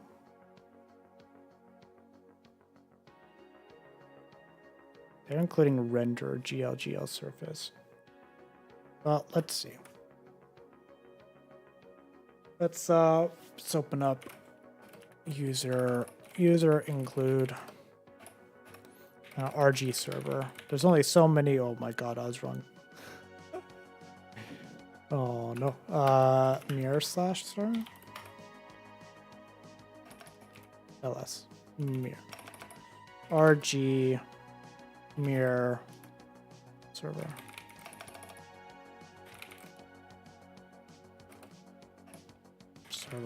Here. What the fuck? You know what? We're just CD. Wait, what? What do you mean it doesn't exist? Oh, is it mirror core? ls mirror core. ls mirror core mirror. Okay, so it's not in that. ls mirror common mirror.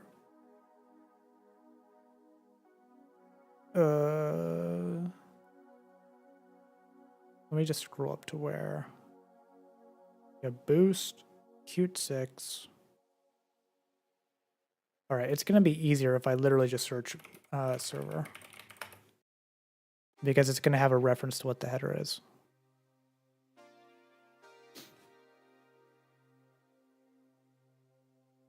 Right?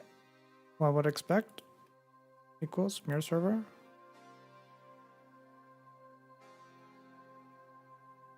X11.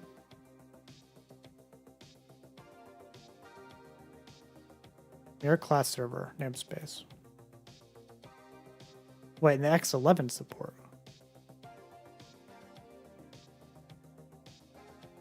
What? Excuse me, what the fuck? Mural / X11. Christ, it is there. Why? Okay. Sure. You know what? I'm not going to debate it. We're just going to move along, right? It's I'm sure there's very good reasons for it.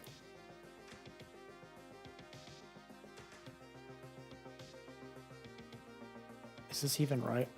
I guess we'll find out. Void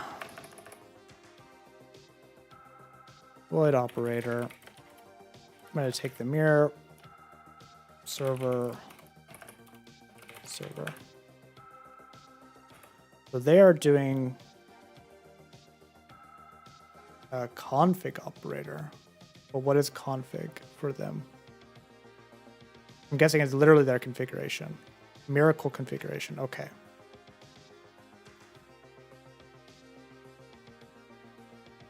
They have options, which is their add window. So they add the policy here. They have a loader. Add window policy.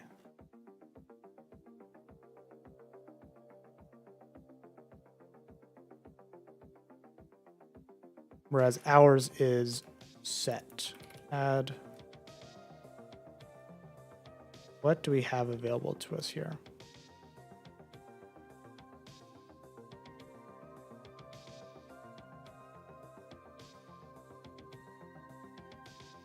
Funnily enough, this is, oh, yeah, set there.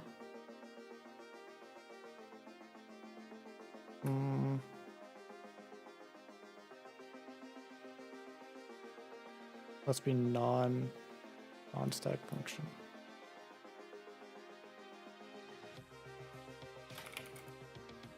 Do we even do anything with this?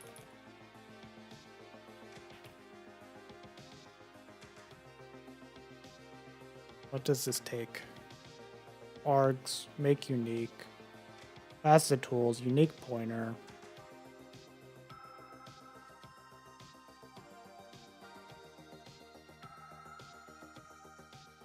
Argument set window policy.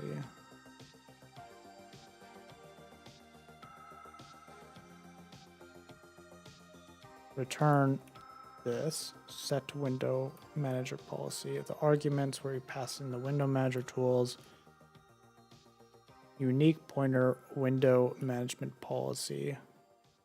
Return a standard unique policy of the tools and the arguments.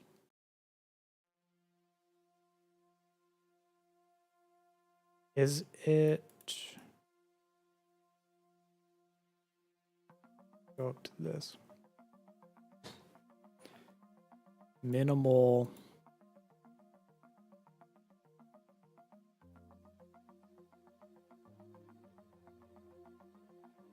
I mean, I would expect that.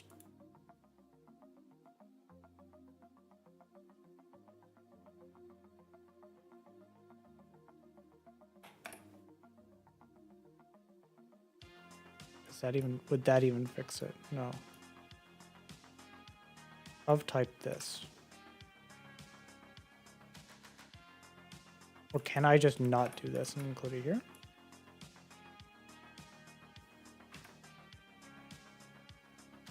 Takes all the arguments.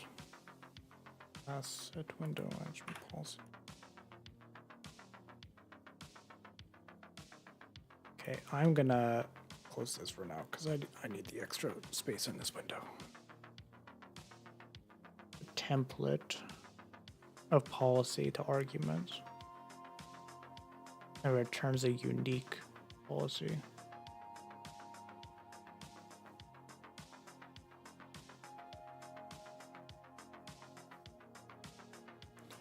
What about Ubuntu Frame? Do they do something simpler?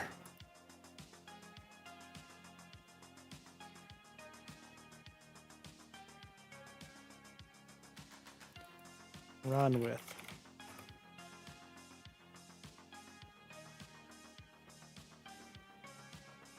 Display.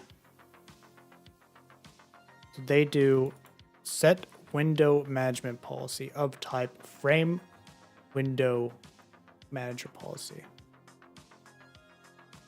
Okay. Which is from frame window manager.h.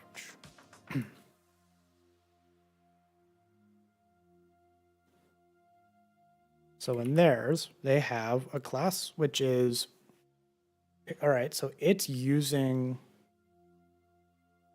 is the problem this, that we're not doing the using thing? Public using mural window manager. Window manager.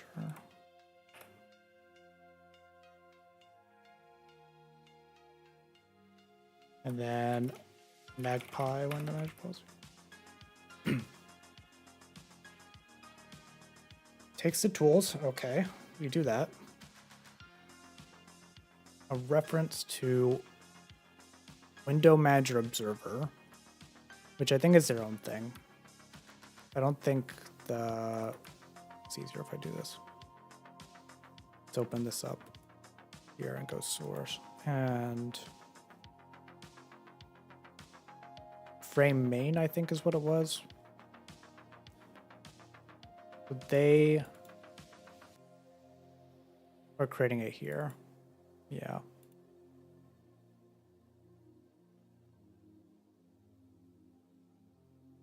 Right. So they have the window policy. This is terrible to use. All right. They have snap surface. I don't think we have to worry about that. We have a thing here. I wonder if the issue could be the fact that we are... No, it can't be that. We have it as the first thing, so that should be fine. I was going to say maybe the QObject parent, but no, they're doing a similar thing with the window manager observer. Now they're overriding everything, but I've seen plenty of examples where we're not having to do that. Are they overriding the operator for equals? For the function, I mean. At the very least, not here. They have like a bunch of private stuff, which is fine. Do they have a class within a class here? That's something.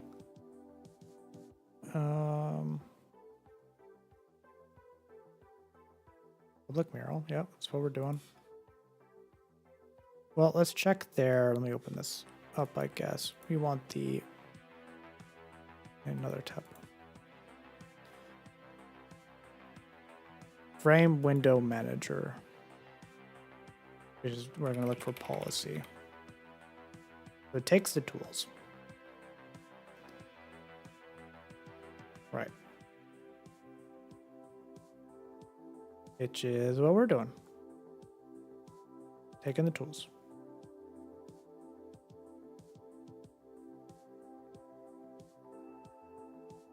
Which is the window manager tools here. Yeah.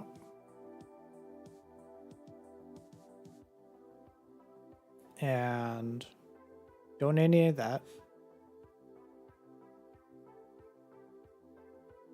We are then passing the tools to the minimal window manager. I mean, technically it could be like this, you know, but it's whatever. And creating observer, don't have to do that. So they have all these overrides, which, oh shit, is it literally just because of this?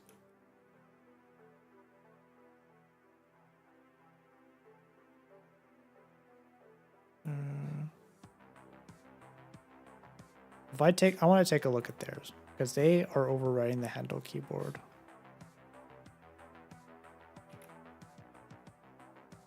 They're just doing return false. So basically,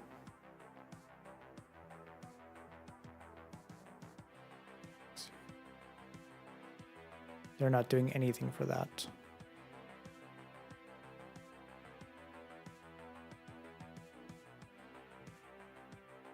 Function U pointer window management policy.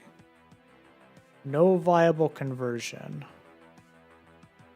Magpie window policy. The function return type. We need pointer window management policy. Okay. Let's just continue hunting around. We have advised stuff. Placement, try.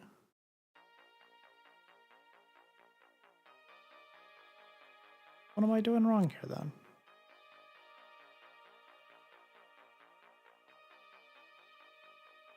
Display config. I mean, I guess I could specify app.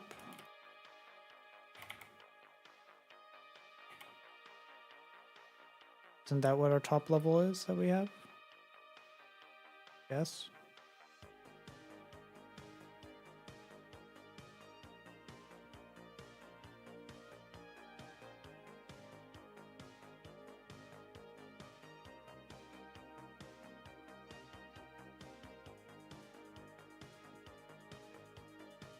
Set window. So they have their Wayland extensions, display config, layouts, key map. They do always CSD. Interesting. Whereas I have mine set to prefer SSD. I'm not really fussed either way. It's not really the point of this exercise, but they have a background client, which is their window right? So that's how they're observing like required shit that needs to run. I see. They have, no, they literally have a background app for running. Oh, okay, that's actually not a bad idea for the wallpaper. You probably wouldn't do it that way. You'd probably rely on layer shell, but yeah, I guess you could just probably make a service or something. Set weak ref count. What the fuck? Do I have to implement every single one of the functions? There's no way. No, there's no way. They're not doing that.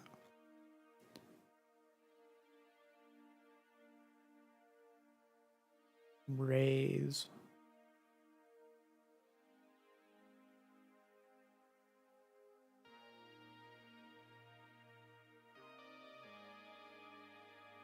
Extensions.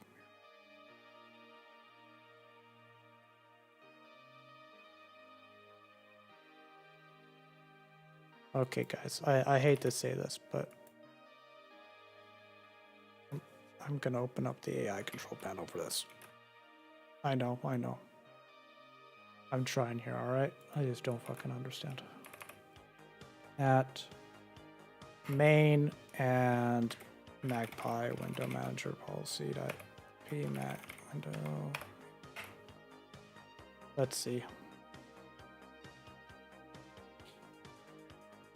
I know you can't really see the text, and no, there's an easy way for me to zoom in on that, but it's thinking.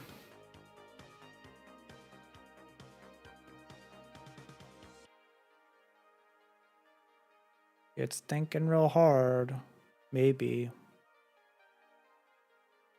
I am logged in. It would be nice.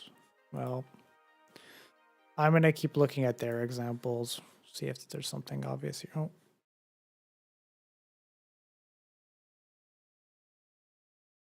Public. What? Hold on. Are they doing that in theirs? Are they explicitly saying that's public for each of them? Let me go back to frame.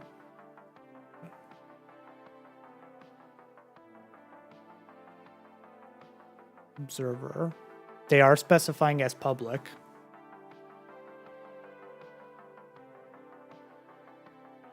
So this actually might not be that far off.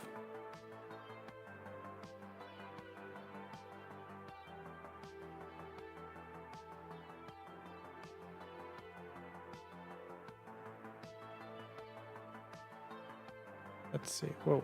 What does it want to do here? Q thread reference to app. Oh yeah, I guess we're not referencing the app here.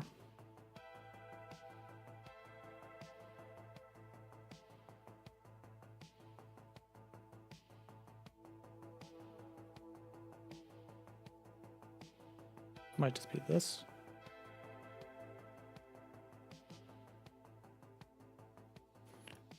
Policy. Q object first.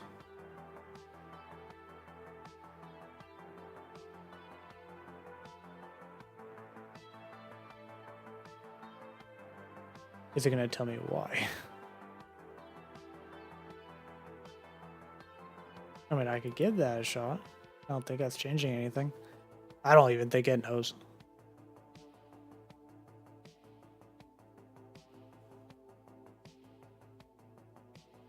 What I might do if I can't figure this out is throw it in a branch and ask if Alan could take a look because it's not obvious to me.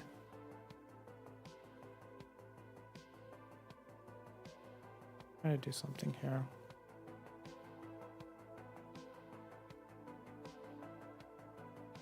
Takes the app and then returns a standard unique for it.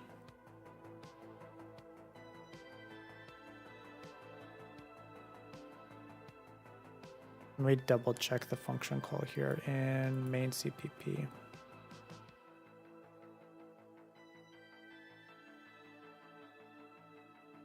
Impulse. Oh wait, no, this is the wrong. This is a miracle. I want.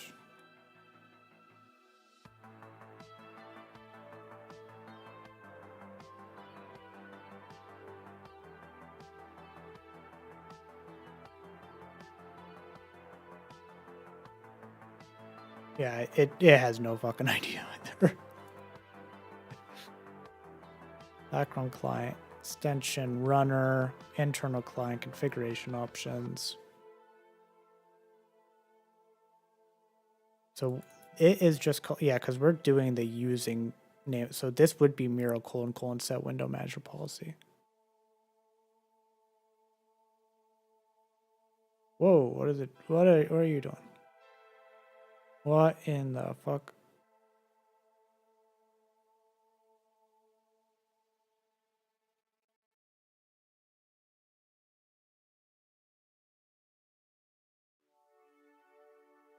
It's now it's actually just going around in circles.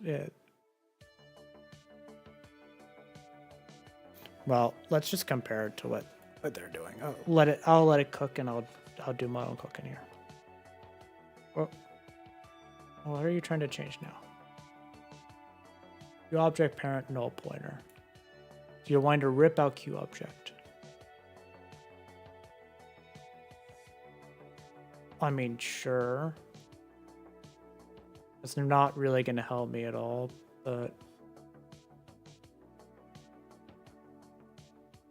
Alright, I'll just stop. The solution, according to it, is just to not have Q object there. What if I do public Q object?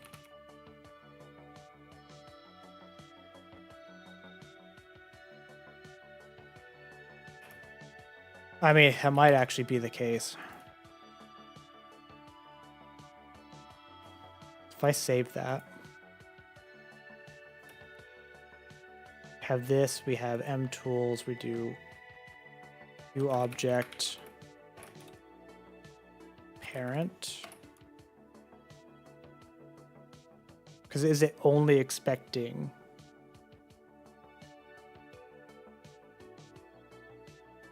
No, I mean, it's doing its own thing here. So I know it has to be first. Like, that one's pretty obvious. If I do Q object parent is equal to null pointer. I know I'm just literally redoing exactly what I did, but we have that. We do Q object pointer parent, which is this. We aren't passing it here. We just do app. The moment I do app, it freaks out. Does it have referenced app? As referenced app, this is a new core application.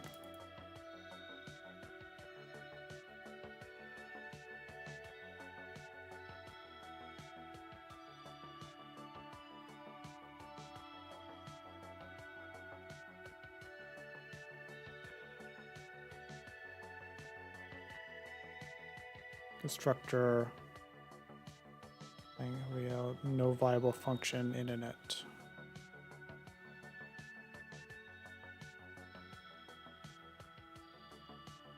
If I do this, like just something like this, app tools. Do I have to respecify tools?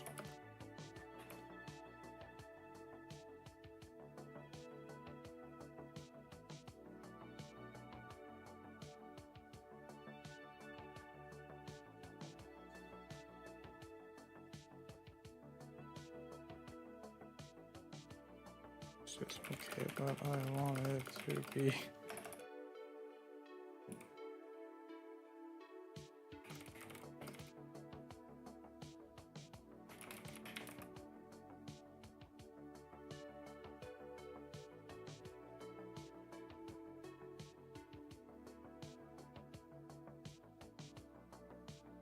Interesting, it's only in write mode. It's not providing any feedback. So it's stating policy there, public, using that. Then saying, okay, we have a frame window manager policy here. Passing that as a reference.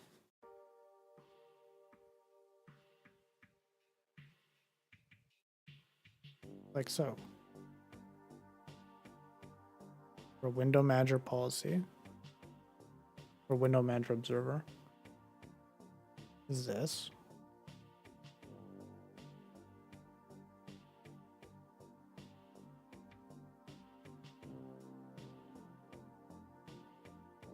It's like this maybe. That doesn't change it, of course.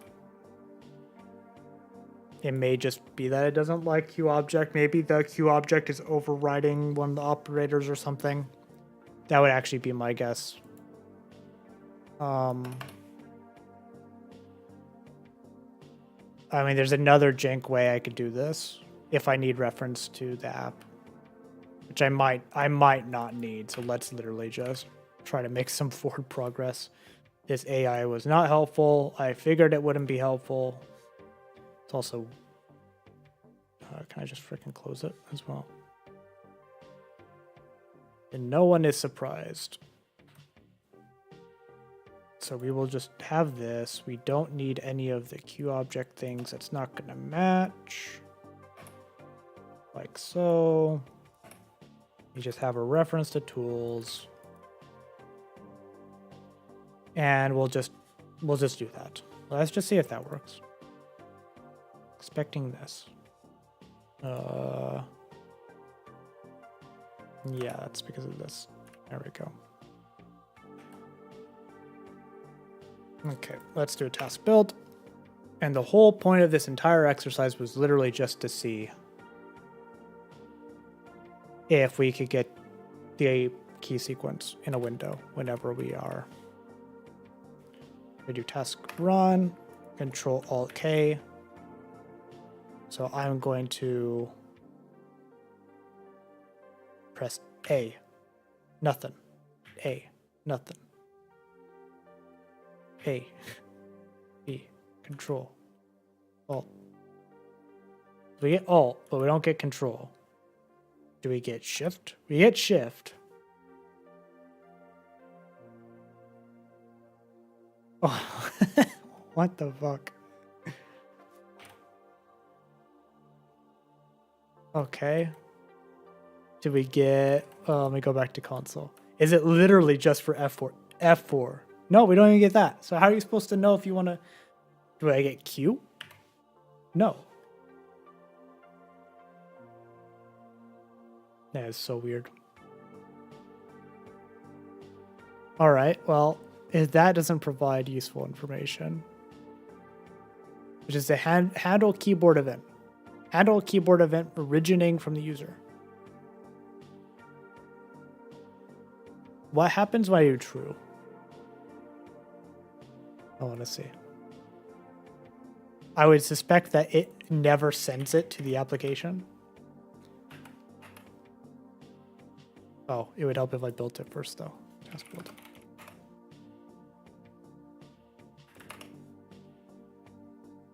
All right, Control Alt K. Oh, I can't launch because it isn't. Well, okay, that works. Sure, that works, but it's so weird. We're not getting the sequence from the event. Handle pointer event. Advise new app. Pointer window ready. I mean, that's going to be kind of problematic if we have a surface focused and we call something like a keyboard shortcut that we have. And we don't get the event to gobble it up. But is that because of our built-in keybinds thing? So we're doing false here. Return false. If it's down.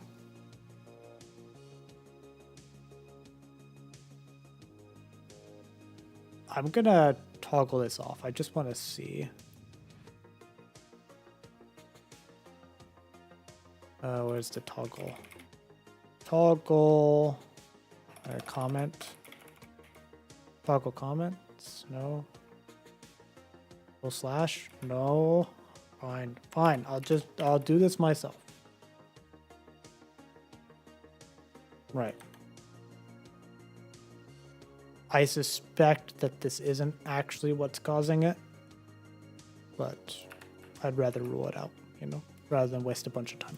Control Alt K. Control K.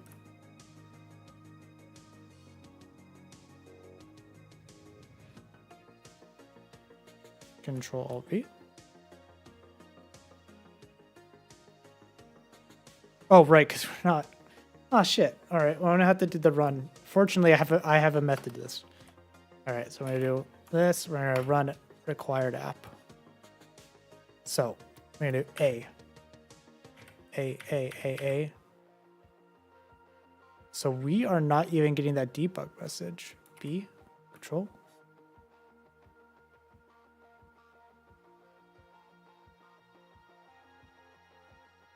Why aren't we getting that? We have the window manager policy. Hello from Tampere. Oh, hello. So we have the handle keyboard event. Right, but this is not, it's not triggering. What the hell? Let's just do app. Is it something to do with that? No. Do I have to, if I don't have this in focus and I close it, just close the window.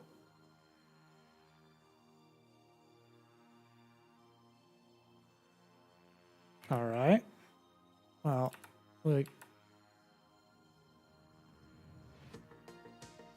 rerun it. Oh, maybe I never built it. Let's see. A. No. Nope, nope, nope, nope, nope.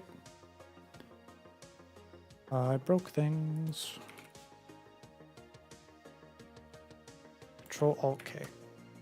That works. But our handle keyboard event is not triggering at all. Handle keyboard event. Let's see. Handle keyboard. Originating from the user.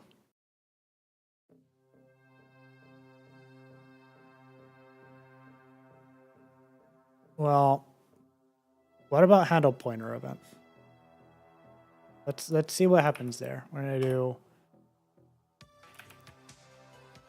bool magpie window policy handle pointer event. This is a mirror pointer event const event. We need to update our thing here. Bool handle pointer event, which is a mirror pointer event. Const star event override. So let's take a look at what the pointer event has. Motion, so geometry position, which is a standard optional geometry of a point F. All right. So we're gonna do auto pause is equal to let's see, event dot position.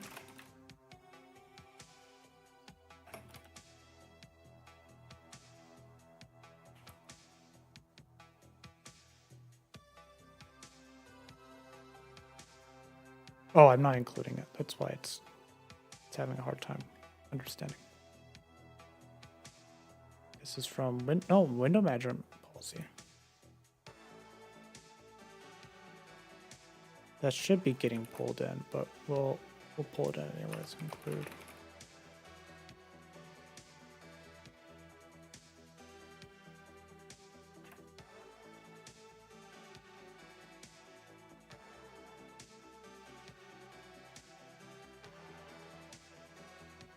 What the hell?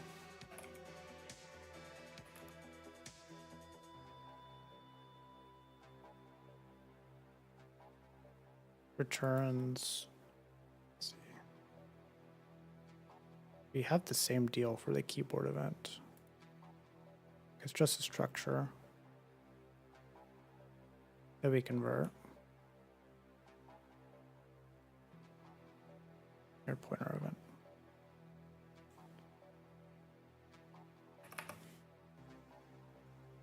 Return true. Actually, it would be return false.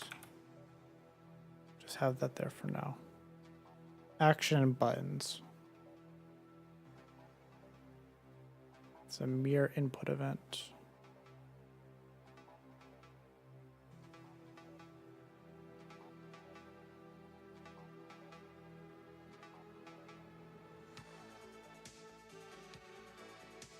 Structure.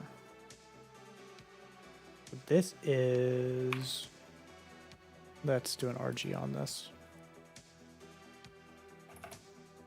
RG. Where is this actually being defined? Mirror input get pointer event from the mirror event. So that just returns the mirror event. To pointer. Oh, so it's mirror events, pointer events. From mirror common. Because I get the feeling I'm calling the right thing, but mirror events, pointer. But it's just not understanding.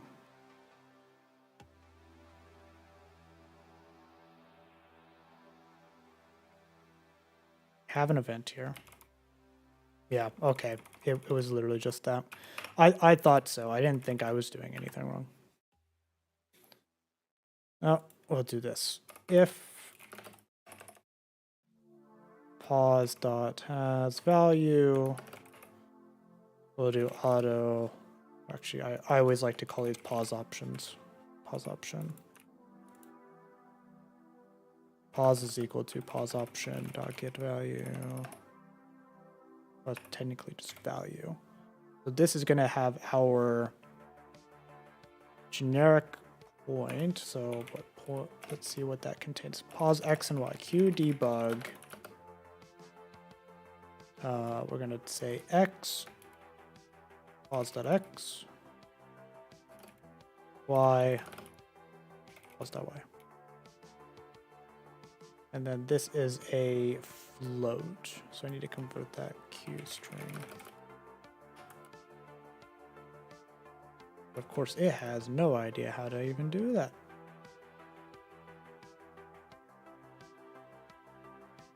X of T.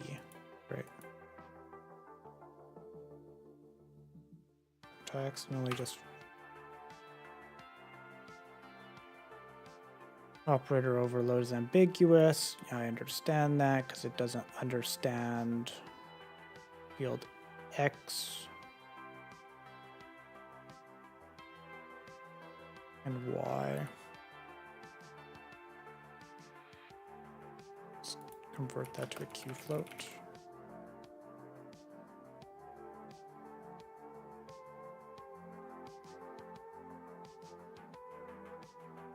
Well, actually, no, I might be able to just convert that to a Q point.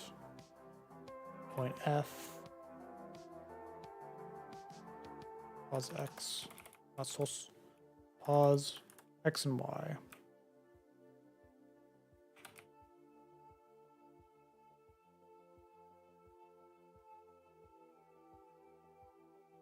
Q point. Q point.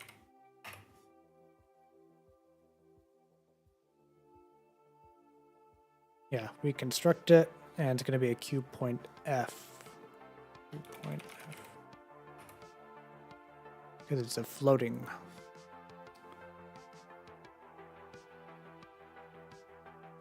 Which is from Q point F, not this. And also, I really don't like it. Q point F. All right.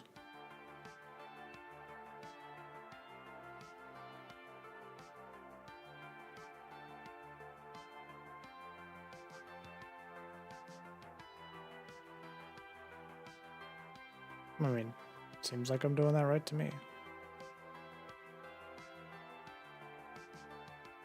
Or do I have to construct it? Auto P. Go to Q point FP.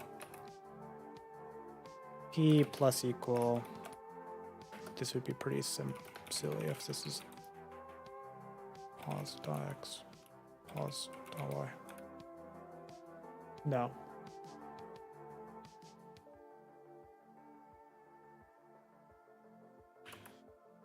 I don't want to fix that with assistant. I want to fix it with brain. Set X, set Y.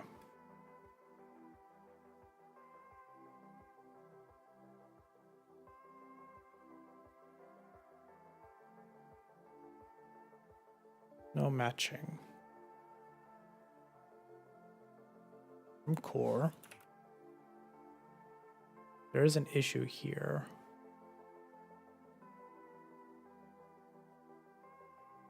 Mirror events thing not found.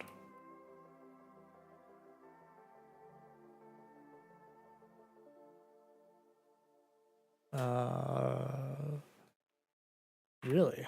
Because I see it. Input of it. Do I need to pull in mirror common? I bet I do. I feel like that should be pulled in from Miro. Let's see. We'll do this. In the root CMake.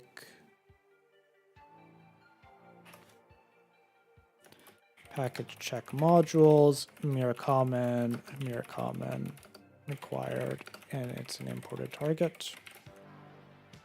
All right, we have that.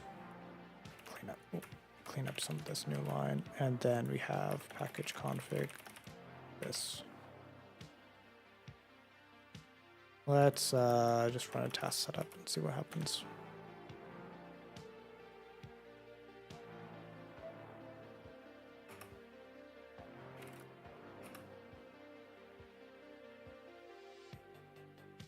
Right, so it is failing on that. No matching function call to Q point F with that as a float. Yeah, it's their stupid geometry thing. Let me do Q pointer. Position, standard optional of this. Their own special Q point F, which is a generic point. X and Y of type T. Is this as simple as defining? Oh, it's X float.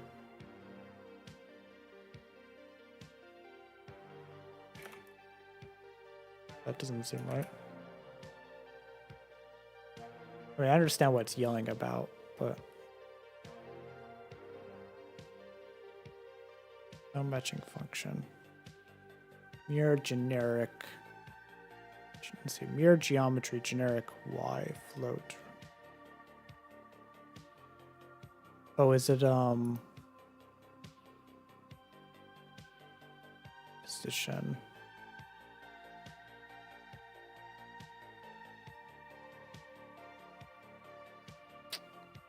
This is annoying. Mirror event. Why can't they just have X and Y? Buttons and actions.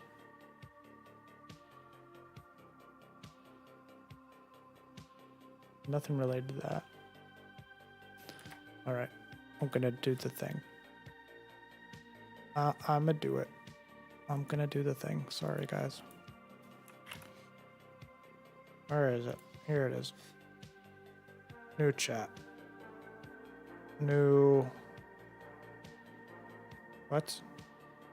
Is that Asian?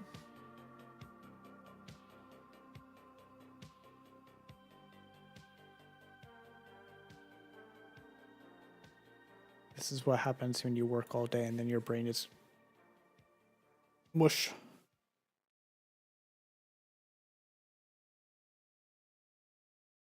You fall back to stuff that probably won't even fix it to begin with.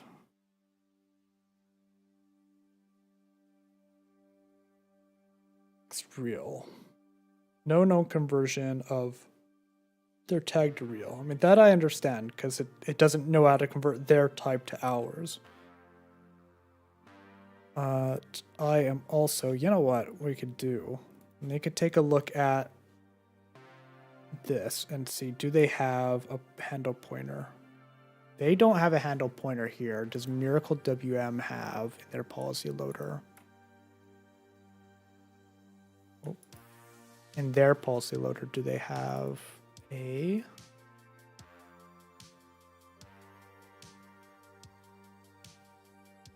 thing for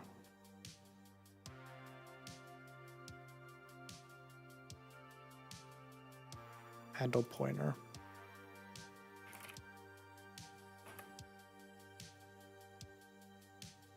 Why are you wanting to? Okay. They have a move service. All right, so they have a resize thing, which takes an X and Y.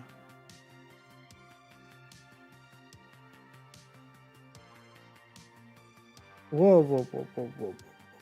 What is this? Mirror pointer event axis value.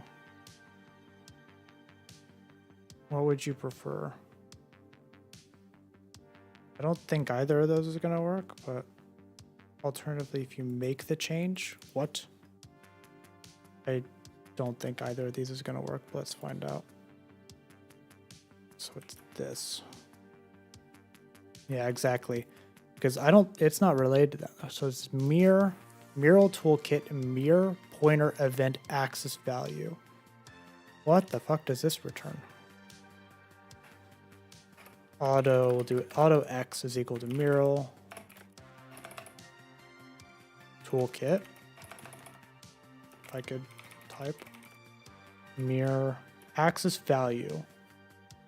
Retrieves the axis value reported by a given pointer. So if we do event, they're doing mirror pointer axis, mirror pointer axis. Mirror pointer axis X. What is this value then? Just variable, it's of type float.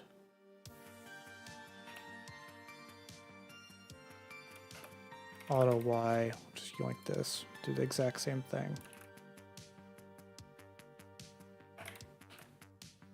Y. Dickheads. Why have your own stuff for this? Why couldn't you just have it be a float to begin with? Oh man. There's so much in this mirror toolkit that I do. Let's see, mirror. Where is it? Before I lose my mind more. Let's pull this up. Mirror, : toolkit. Toolkit. That's mirror, : toolkit. Yes, we'll just grab one and file toolkit event.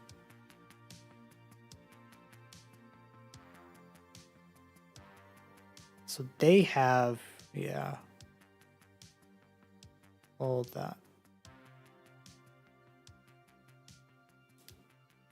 I remember the whole down thing not working though with the the keyboard stuff, unless you're using like the modifier.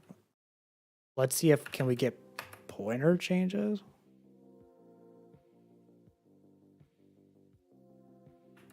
Task run. Whoa, we are? Yeah, those are some logs. Can we do it while we have an application open? Yes, okay, great. Well, what this means, we're not, we're eating it, aren't we? No, we shouldn't be. What was it expecting for the filter? Handle.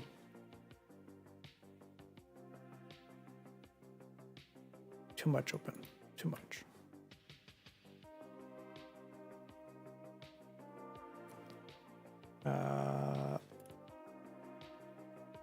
Mirror window management policy. Handle pointer true if the policy consumes the event, otherwise false. Right. So I'm not consuming it. I'm always returning false. So why isn't it letting me move the window? Like nothing's happening there. If I return true, what happens? Is it just getting eaten, like, regardless?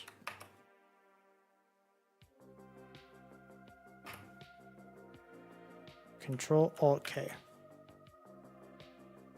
No. There's like no change.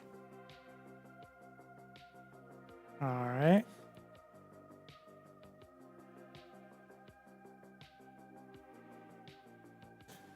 So I guess do we have to actually be the ones to handle the pointer event in terms of, well, actually, what happens when I comment it out? If I comment out here and here, and I rerun it, or task build and run, am I able to move the window around? Because I wonder, is this just like because of the policy I chose? No.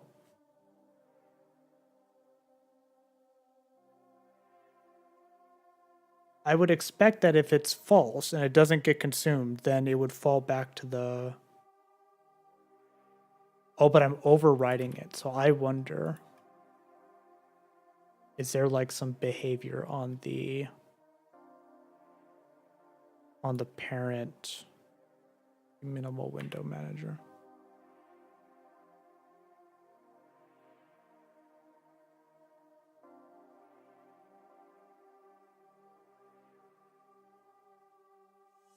I don't suppose it's...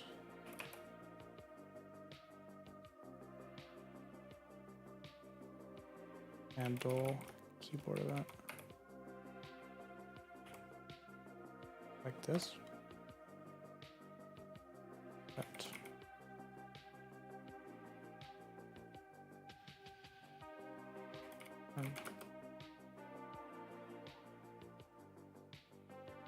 This isn't the one I wanted, but I don't think this is actually going to do the thing that I'm expecting it to do. But because I mean, this is the handle pointer event.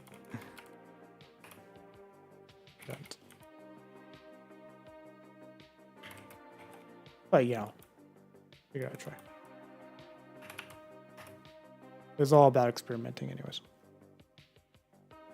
Yeah, it doesn't like that, does it? There we go.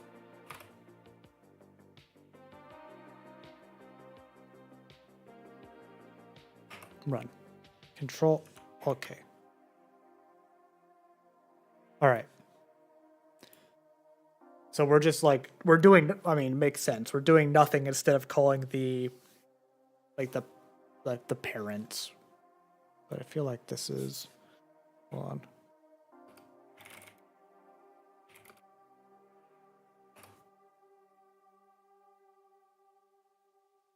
Let's see.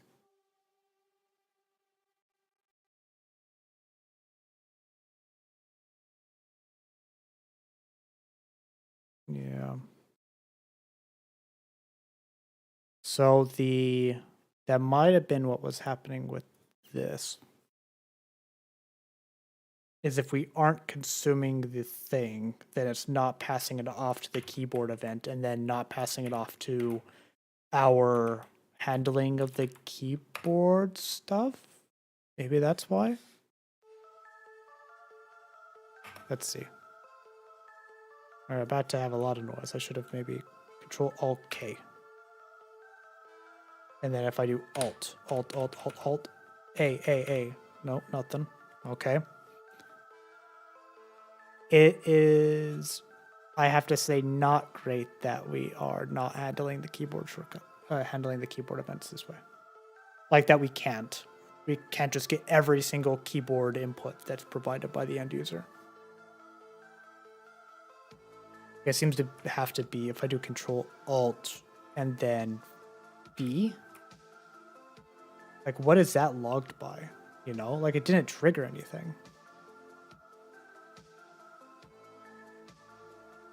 I close the window, Control Alt B. Okay, so it's trying to launch Vivaldi, but Vivaldi is exploding because it's Vivaldi. Right. Well, what I could do is I want to try this. So we have, I remember, because the one thing I did actually want to implement was the behavior. I could show you if I open up my Budgie desktop settings. I know it's quite small, but I'll describe it.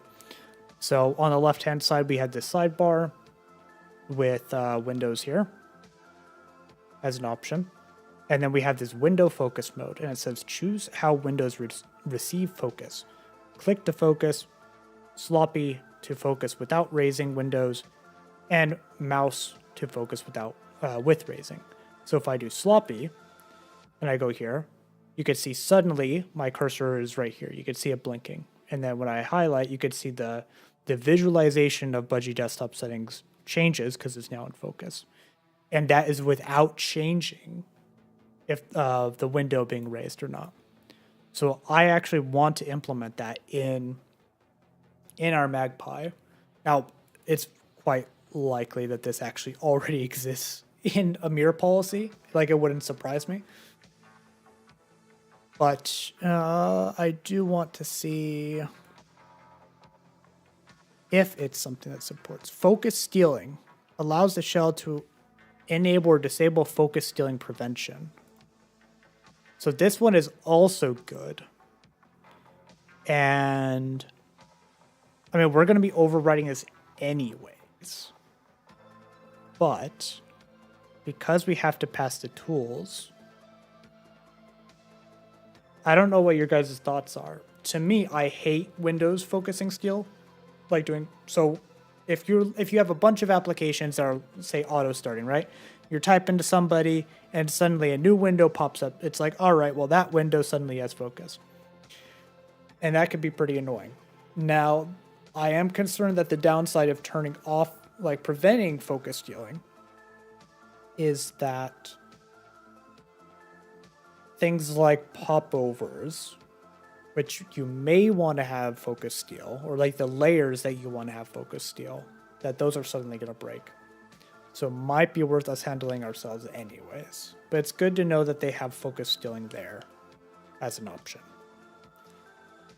But what I want to do is we have the handle raise is on our, I'm going to just implement a light pointer focus change. We're going to just hard code it to be sloppy, right? So we're going to do this. If pause option has value, right? So if we don't have a value, then I actually just want to call, I'm going to do this. If we somehow don't have this, somehow don't have a pointer position, just call the minimal window manager. handling. So we'll do something like that. Because right now I just want to do like a sloppy focus thing. Let's rip this out. Dummy sloppy focus. We'll just call this hard-coded. Hard-coded sloppy focus test. So we have our positions here. And then what we're going to do is they have in the tools, the window manager tools here, they actually have a function for point the window at a given place, which is, ooh, they actually have this displacement stuff. So we can actually handle the drag of windows ourselves, which is interesting. So we might actually need their policy. But of course, we don't know if we're actually holding the title bar yet. So window at. So this takes a pointer, the cursor. So that might actually just be our event position. So I'm going to do auto window at, window below cursor is going to be equal to the tools dot windows at, or window at, and it's going to be our pause. I suspect it's a point. All right, do they have a thing for this?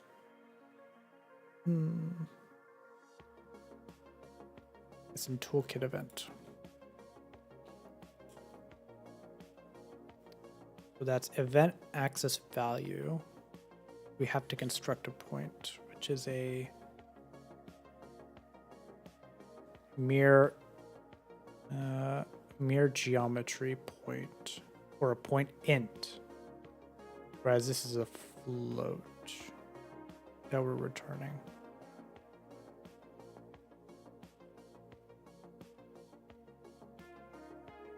Get pointer event we have, but there might be something already for this point. FFF to pay respects. Yeah, so they have that displacement F. Window at. So we need to convert this to a mere geometry point. I'm going to assume it's int x, int y. So if we have anything, so if window below cursor, we have resize, move to. Nah, I'm not quite wanting any of those actually. How can we determine if it is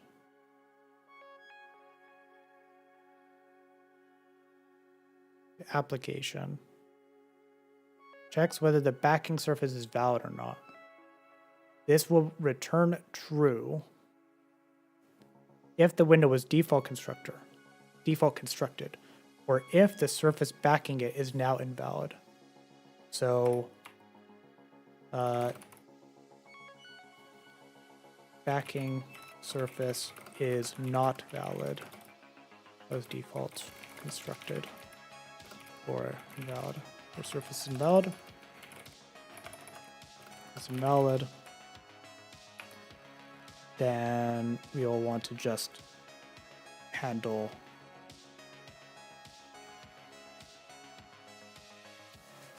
do this again. This is probably not the efficient way, the right way of doing this. So we have that. But at that point, we know we have a valid window. So then can we focus?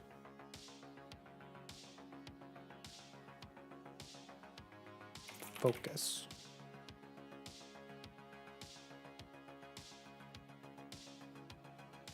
we don't want to erase it. Modify window, place, create workspace.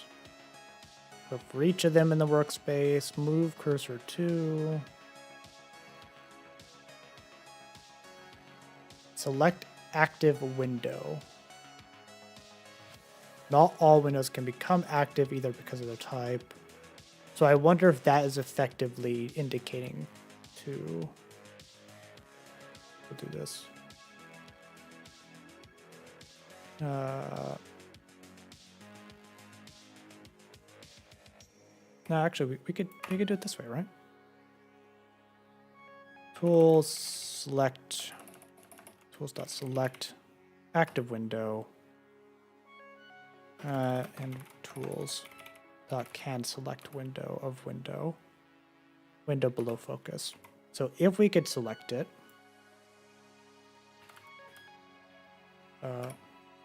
and if we can select the window, is this gonna work?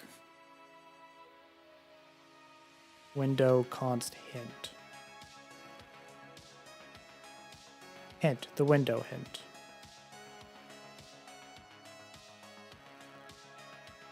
Not be bound. Oh, right, yeah, it's because I'm doing the wrong thing. What's this? Can I try this?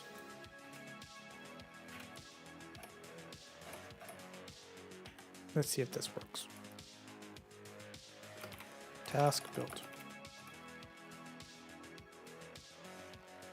Task run. Oh, that blew up. All right, well, I guess that answers that question, huh?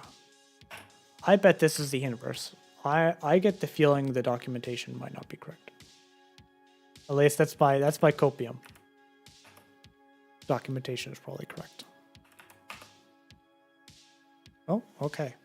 I mean, it's not crashing on that, so Control Alt K. So we have a window there. All right, Control Alt B. Oh. Oh. I mean, this is the select active with raising, which we don't want to do. But shit, look at this. I mean, we have raise working. This wasn't the goal. Well, we have it working.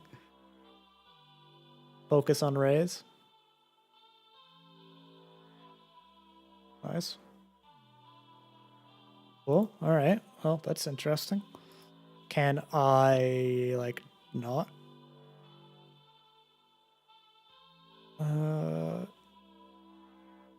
ID, window, info. Can select, yes. Okay.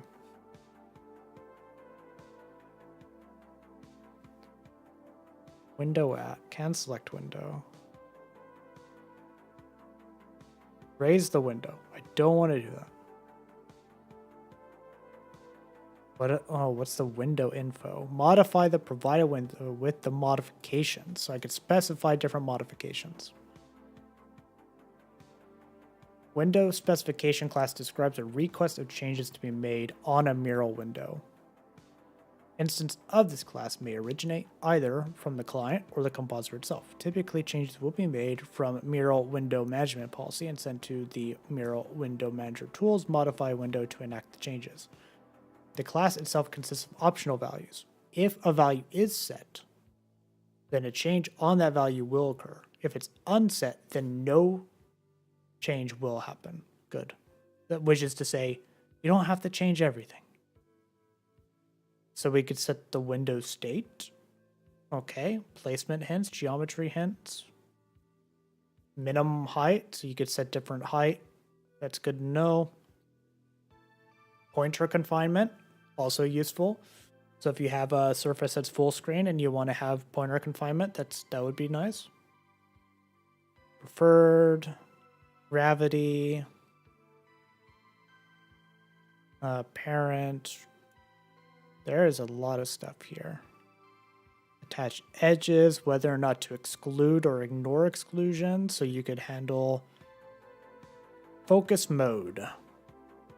The mirror, let's see, describes how the window should gain or lose focus. So focus mode is focusable, disabled, or grabbing. Can gain, lose focus normally, and this mode causes the surface to take focus if possible. It prevents focus from leaving it. Not that. Visible on lock screen. Ooh, that's interesting. Could have some fun with that one. But that's not quite what we're looking for.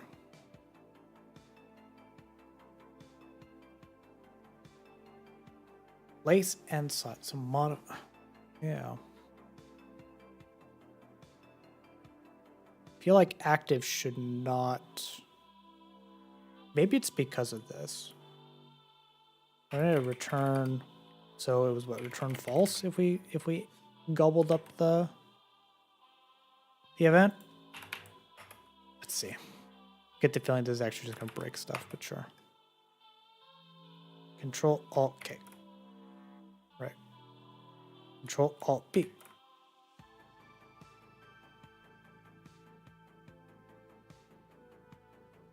Okay. Right. That's not quite what. Sure. Window to select application. Drag, select. Not all windows. Oh, is it literally just changing the active state? Select a new window.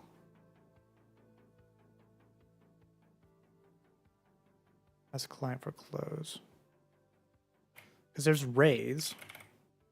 Raise tree.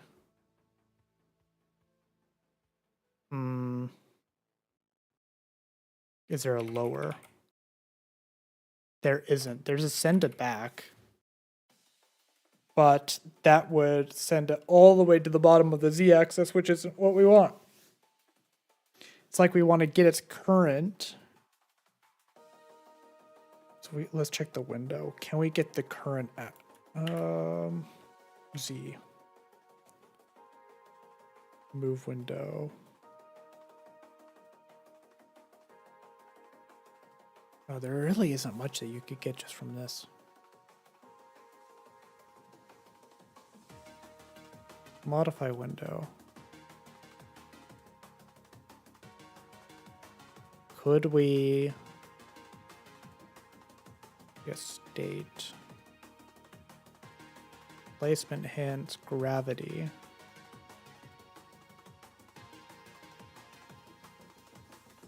Parent, top left. Size, output ID. Z. No. All right. Well, I'm gonna actually, you know what? I'm gonna write these questions down. Let's see. I'll write this one down for Mr. Allen. So select active window.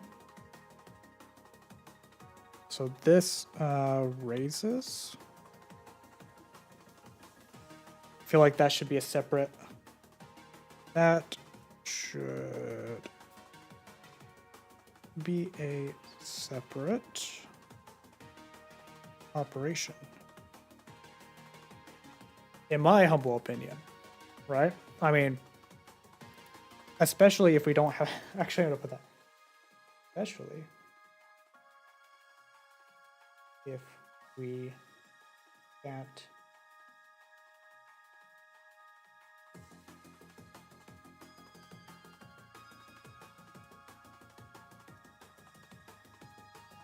Push it behind into the window. Well, we didn't really do any investigation on protocol related stuff. But I suppose the fundamentals of, you know, we have to, if we actually, you know what, before we're going to stop in a moment. I want to see though, before we do that, about outputs. Because we have the window manager tools. I would expect that we have one related to screen. For output, display, screen. screen. It should be just called output, I believe.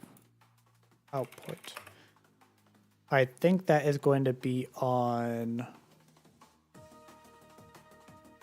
Yeah, so window advise output create. So if I take a look at the window management policy here, we have advise. No. Window management policy. So I have to take a look at this. Rectangles common. Output filter. Output.h. Which I think I have open right here. Advise output create. Right. So I want to see, we have this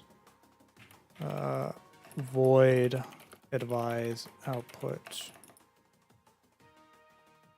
create. If I could type output create, which takes a what is this, a mirror output or mural output const output. So this is informing us that, hey, we have one. Advise output create, and this is an override. Not that there is really anything to override, but it might be useful. Right. Void. We'll just copy this. I can't be bothered to type it again. All right. So we get an output. What does an output contain? Contains its type. Yeah. Whether or not it's connected. So QDebug newly created output. Right. I'm gonna do this. Slash new line. I don't know if that's actually gonna work, but connected. I'm gonna do. I guess it'll just be off by one there. Output. What the? Oh, it's because I'm not including the header. Include mural slash output.h. Connected new line. I don't know even if the QDebug thing will work. I would just, oh wait, of course it does. Brain rot at the moment. Refresh rate. So I do refresh rate is output dot refresh rate. Power mode, I'm not going to worry about too much. I do want the, so that's extent, which is a rectangle occupied by it. So based off position, current mode. Yes, we want mode. All right, so they just have it by extents. They have physical size. We're not interested in that. Mirror internal, which is, it's great. I hope this is a stable ID. Let's actually see. ID. I mean, though to be fair, it's not going to be very indicative. Output.id.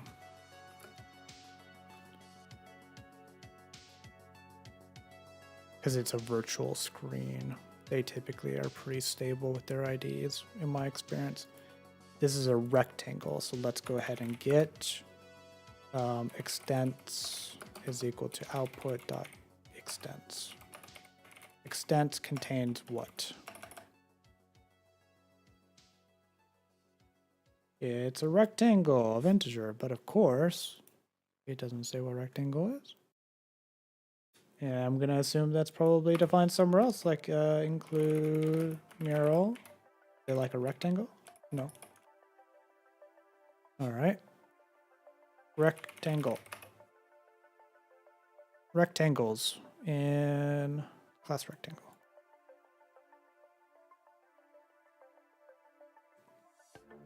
Yeah, well, that's multiple rectangles, so I just want rectangle.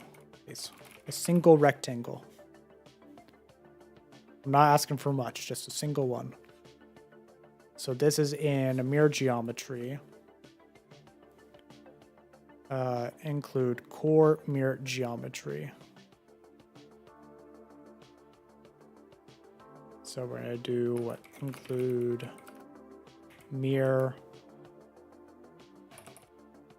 Let's see, mural maybe?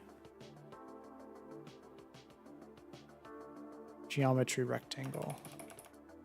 Mirror slash geometry slash rectangle. All right, now we have that extents. What does this contain? Point, blah blah blah. You know, I bet there's helpers for this. I'm just gonna sort of rectangle. Yeah, mirror geometry generic rectangle.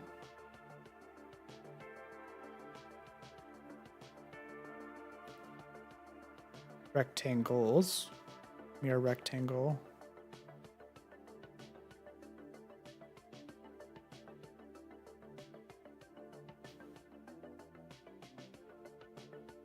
This is in mirror geometry generic. Rectangle, rectangle of integers.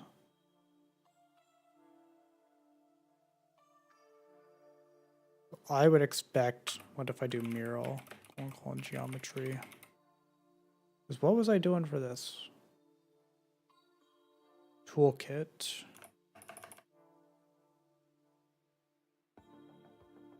Pointers. I would expect that. A rectangle.h. Geometry. Mirror geometry rectangle.h. All I want, you know what, let's just stick with this for now. Let's just see what happens with this. Task build. Yeah, it'd help if I was ending that, wasn't it? Terminating that statement.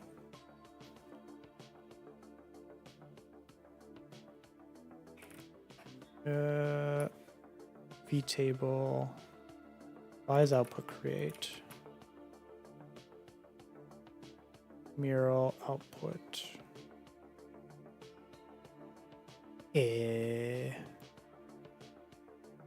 Undefined reference vtable for magpie policy. Undefined what? Let's try cooking it again. Window manager policy. If I just delete that? Is it complaining about that? No? Okay. Yeah, I'm not sure. Well, that sounds like something for next time then, I suppose. We could investigate how we actually get outputs. We know how we could get windows. Of course, not the operating system, but the rectangles which contain surfaces. And hopefully interesting content like code in Zen or Zed. So I guess the thing that I learned today was select active window for some reason raises when we don't really want it to. It's not ideal. Maybe there's a window manager policy that prevents it, but at the very least, it doesn't seem to work for us doing it this way, which is a little unfortunate. So there's that. I also learned that things are seemingly a bit of a pain in the butt with the manager policy where I can't seem to pass the Q object reference to an app. So that's a thing that I wasn't expecting and spent a bunch of time on. A little unfortunate there, but we learned a lot of stuff. We converted things to QKeySequence, so, you know, hell, like, I should be pretty happy about that. At the end of the day, like, that's a pretty major. And yeah, so I guess that is more or less it for now. I don't know exactly when the next stream is going to be, but I think what I'm going to try doing is exploring off stream the sloppy focus stuff. And then also how I could get more information about outputs and figure out what the heck is going on with this vtable thing. It's probably something really simple related to this advise, because I just added it, so it makes sense that would be the cause of it. But stuff related to that, and yeah, that's gonna be it for today. Hope you guys have a good one, and I will catch you on the next one.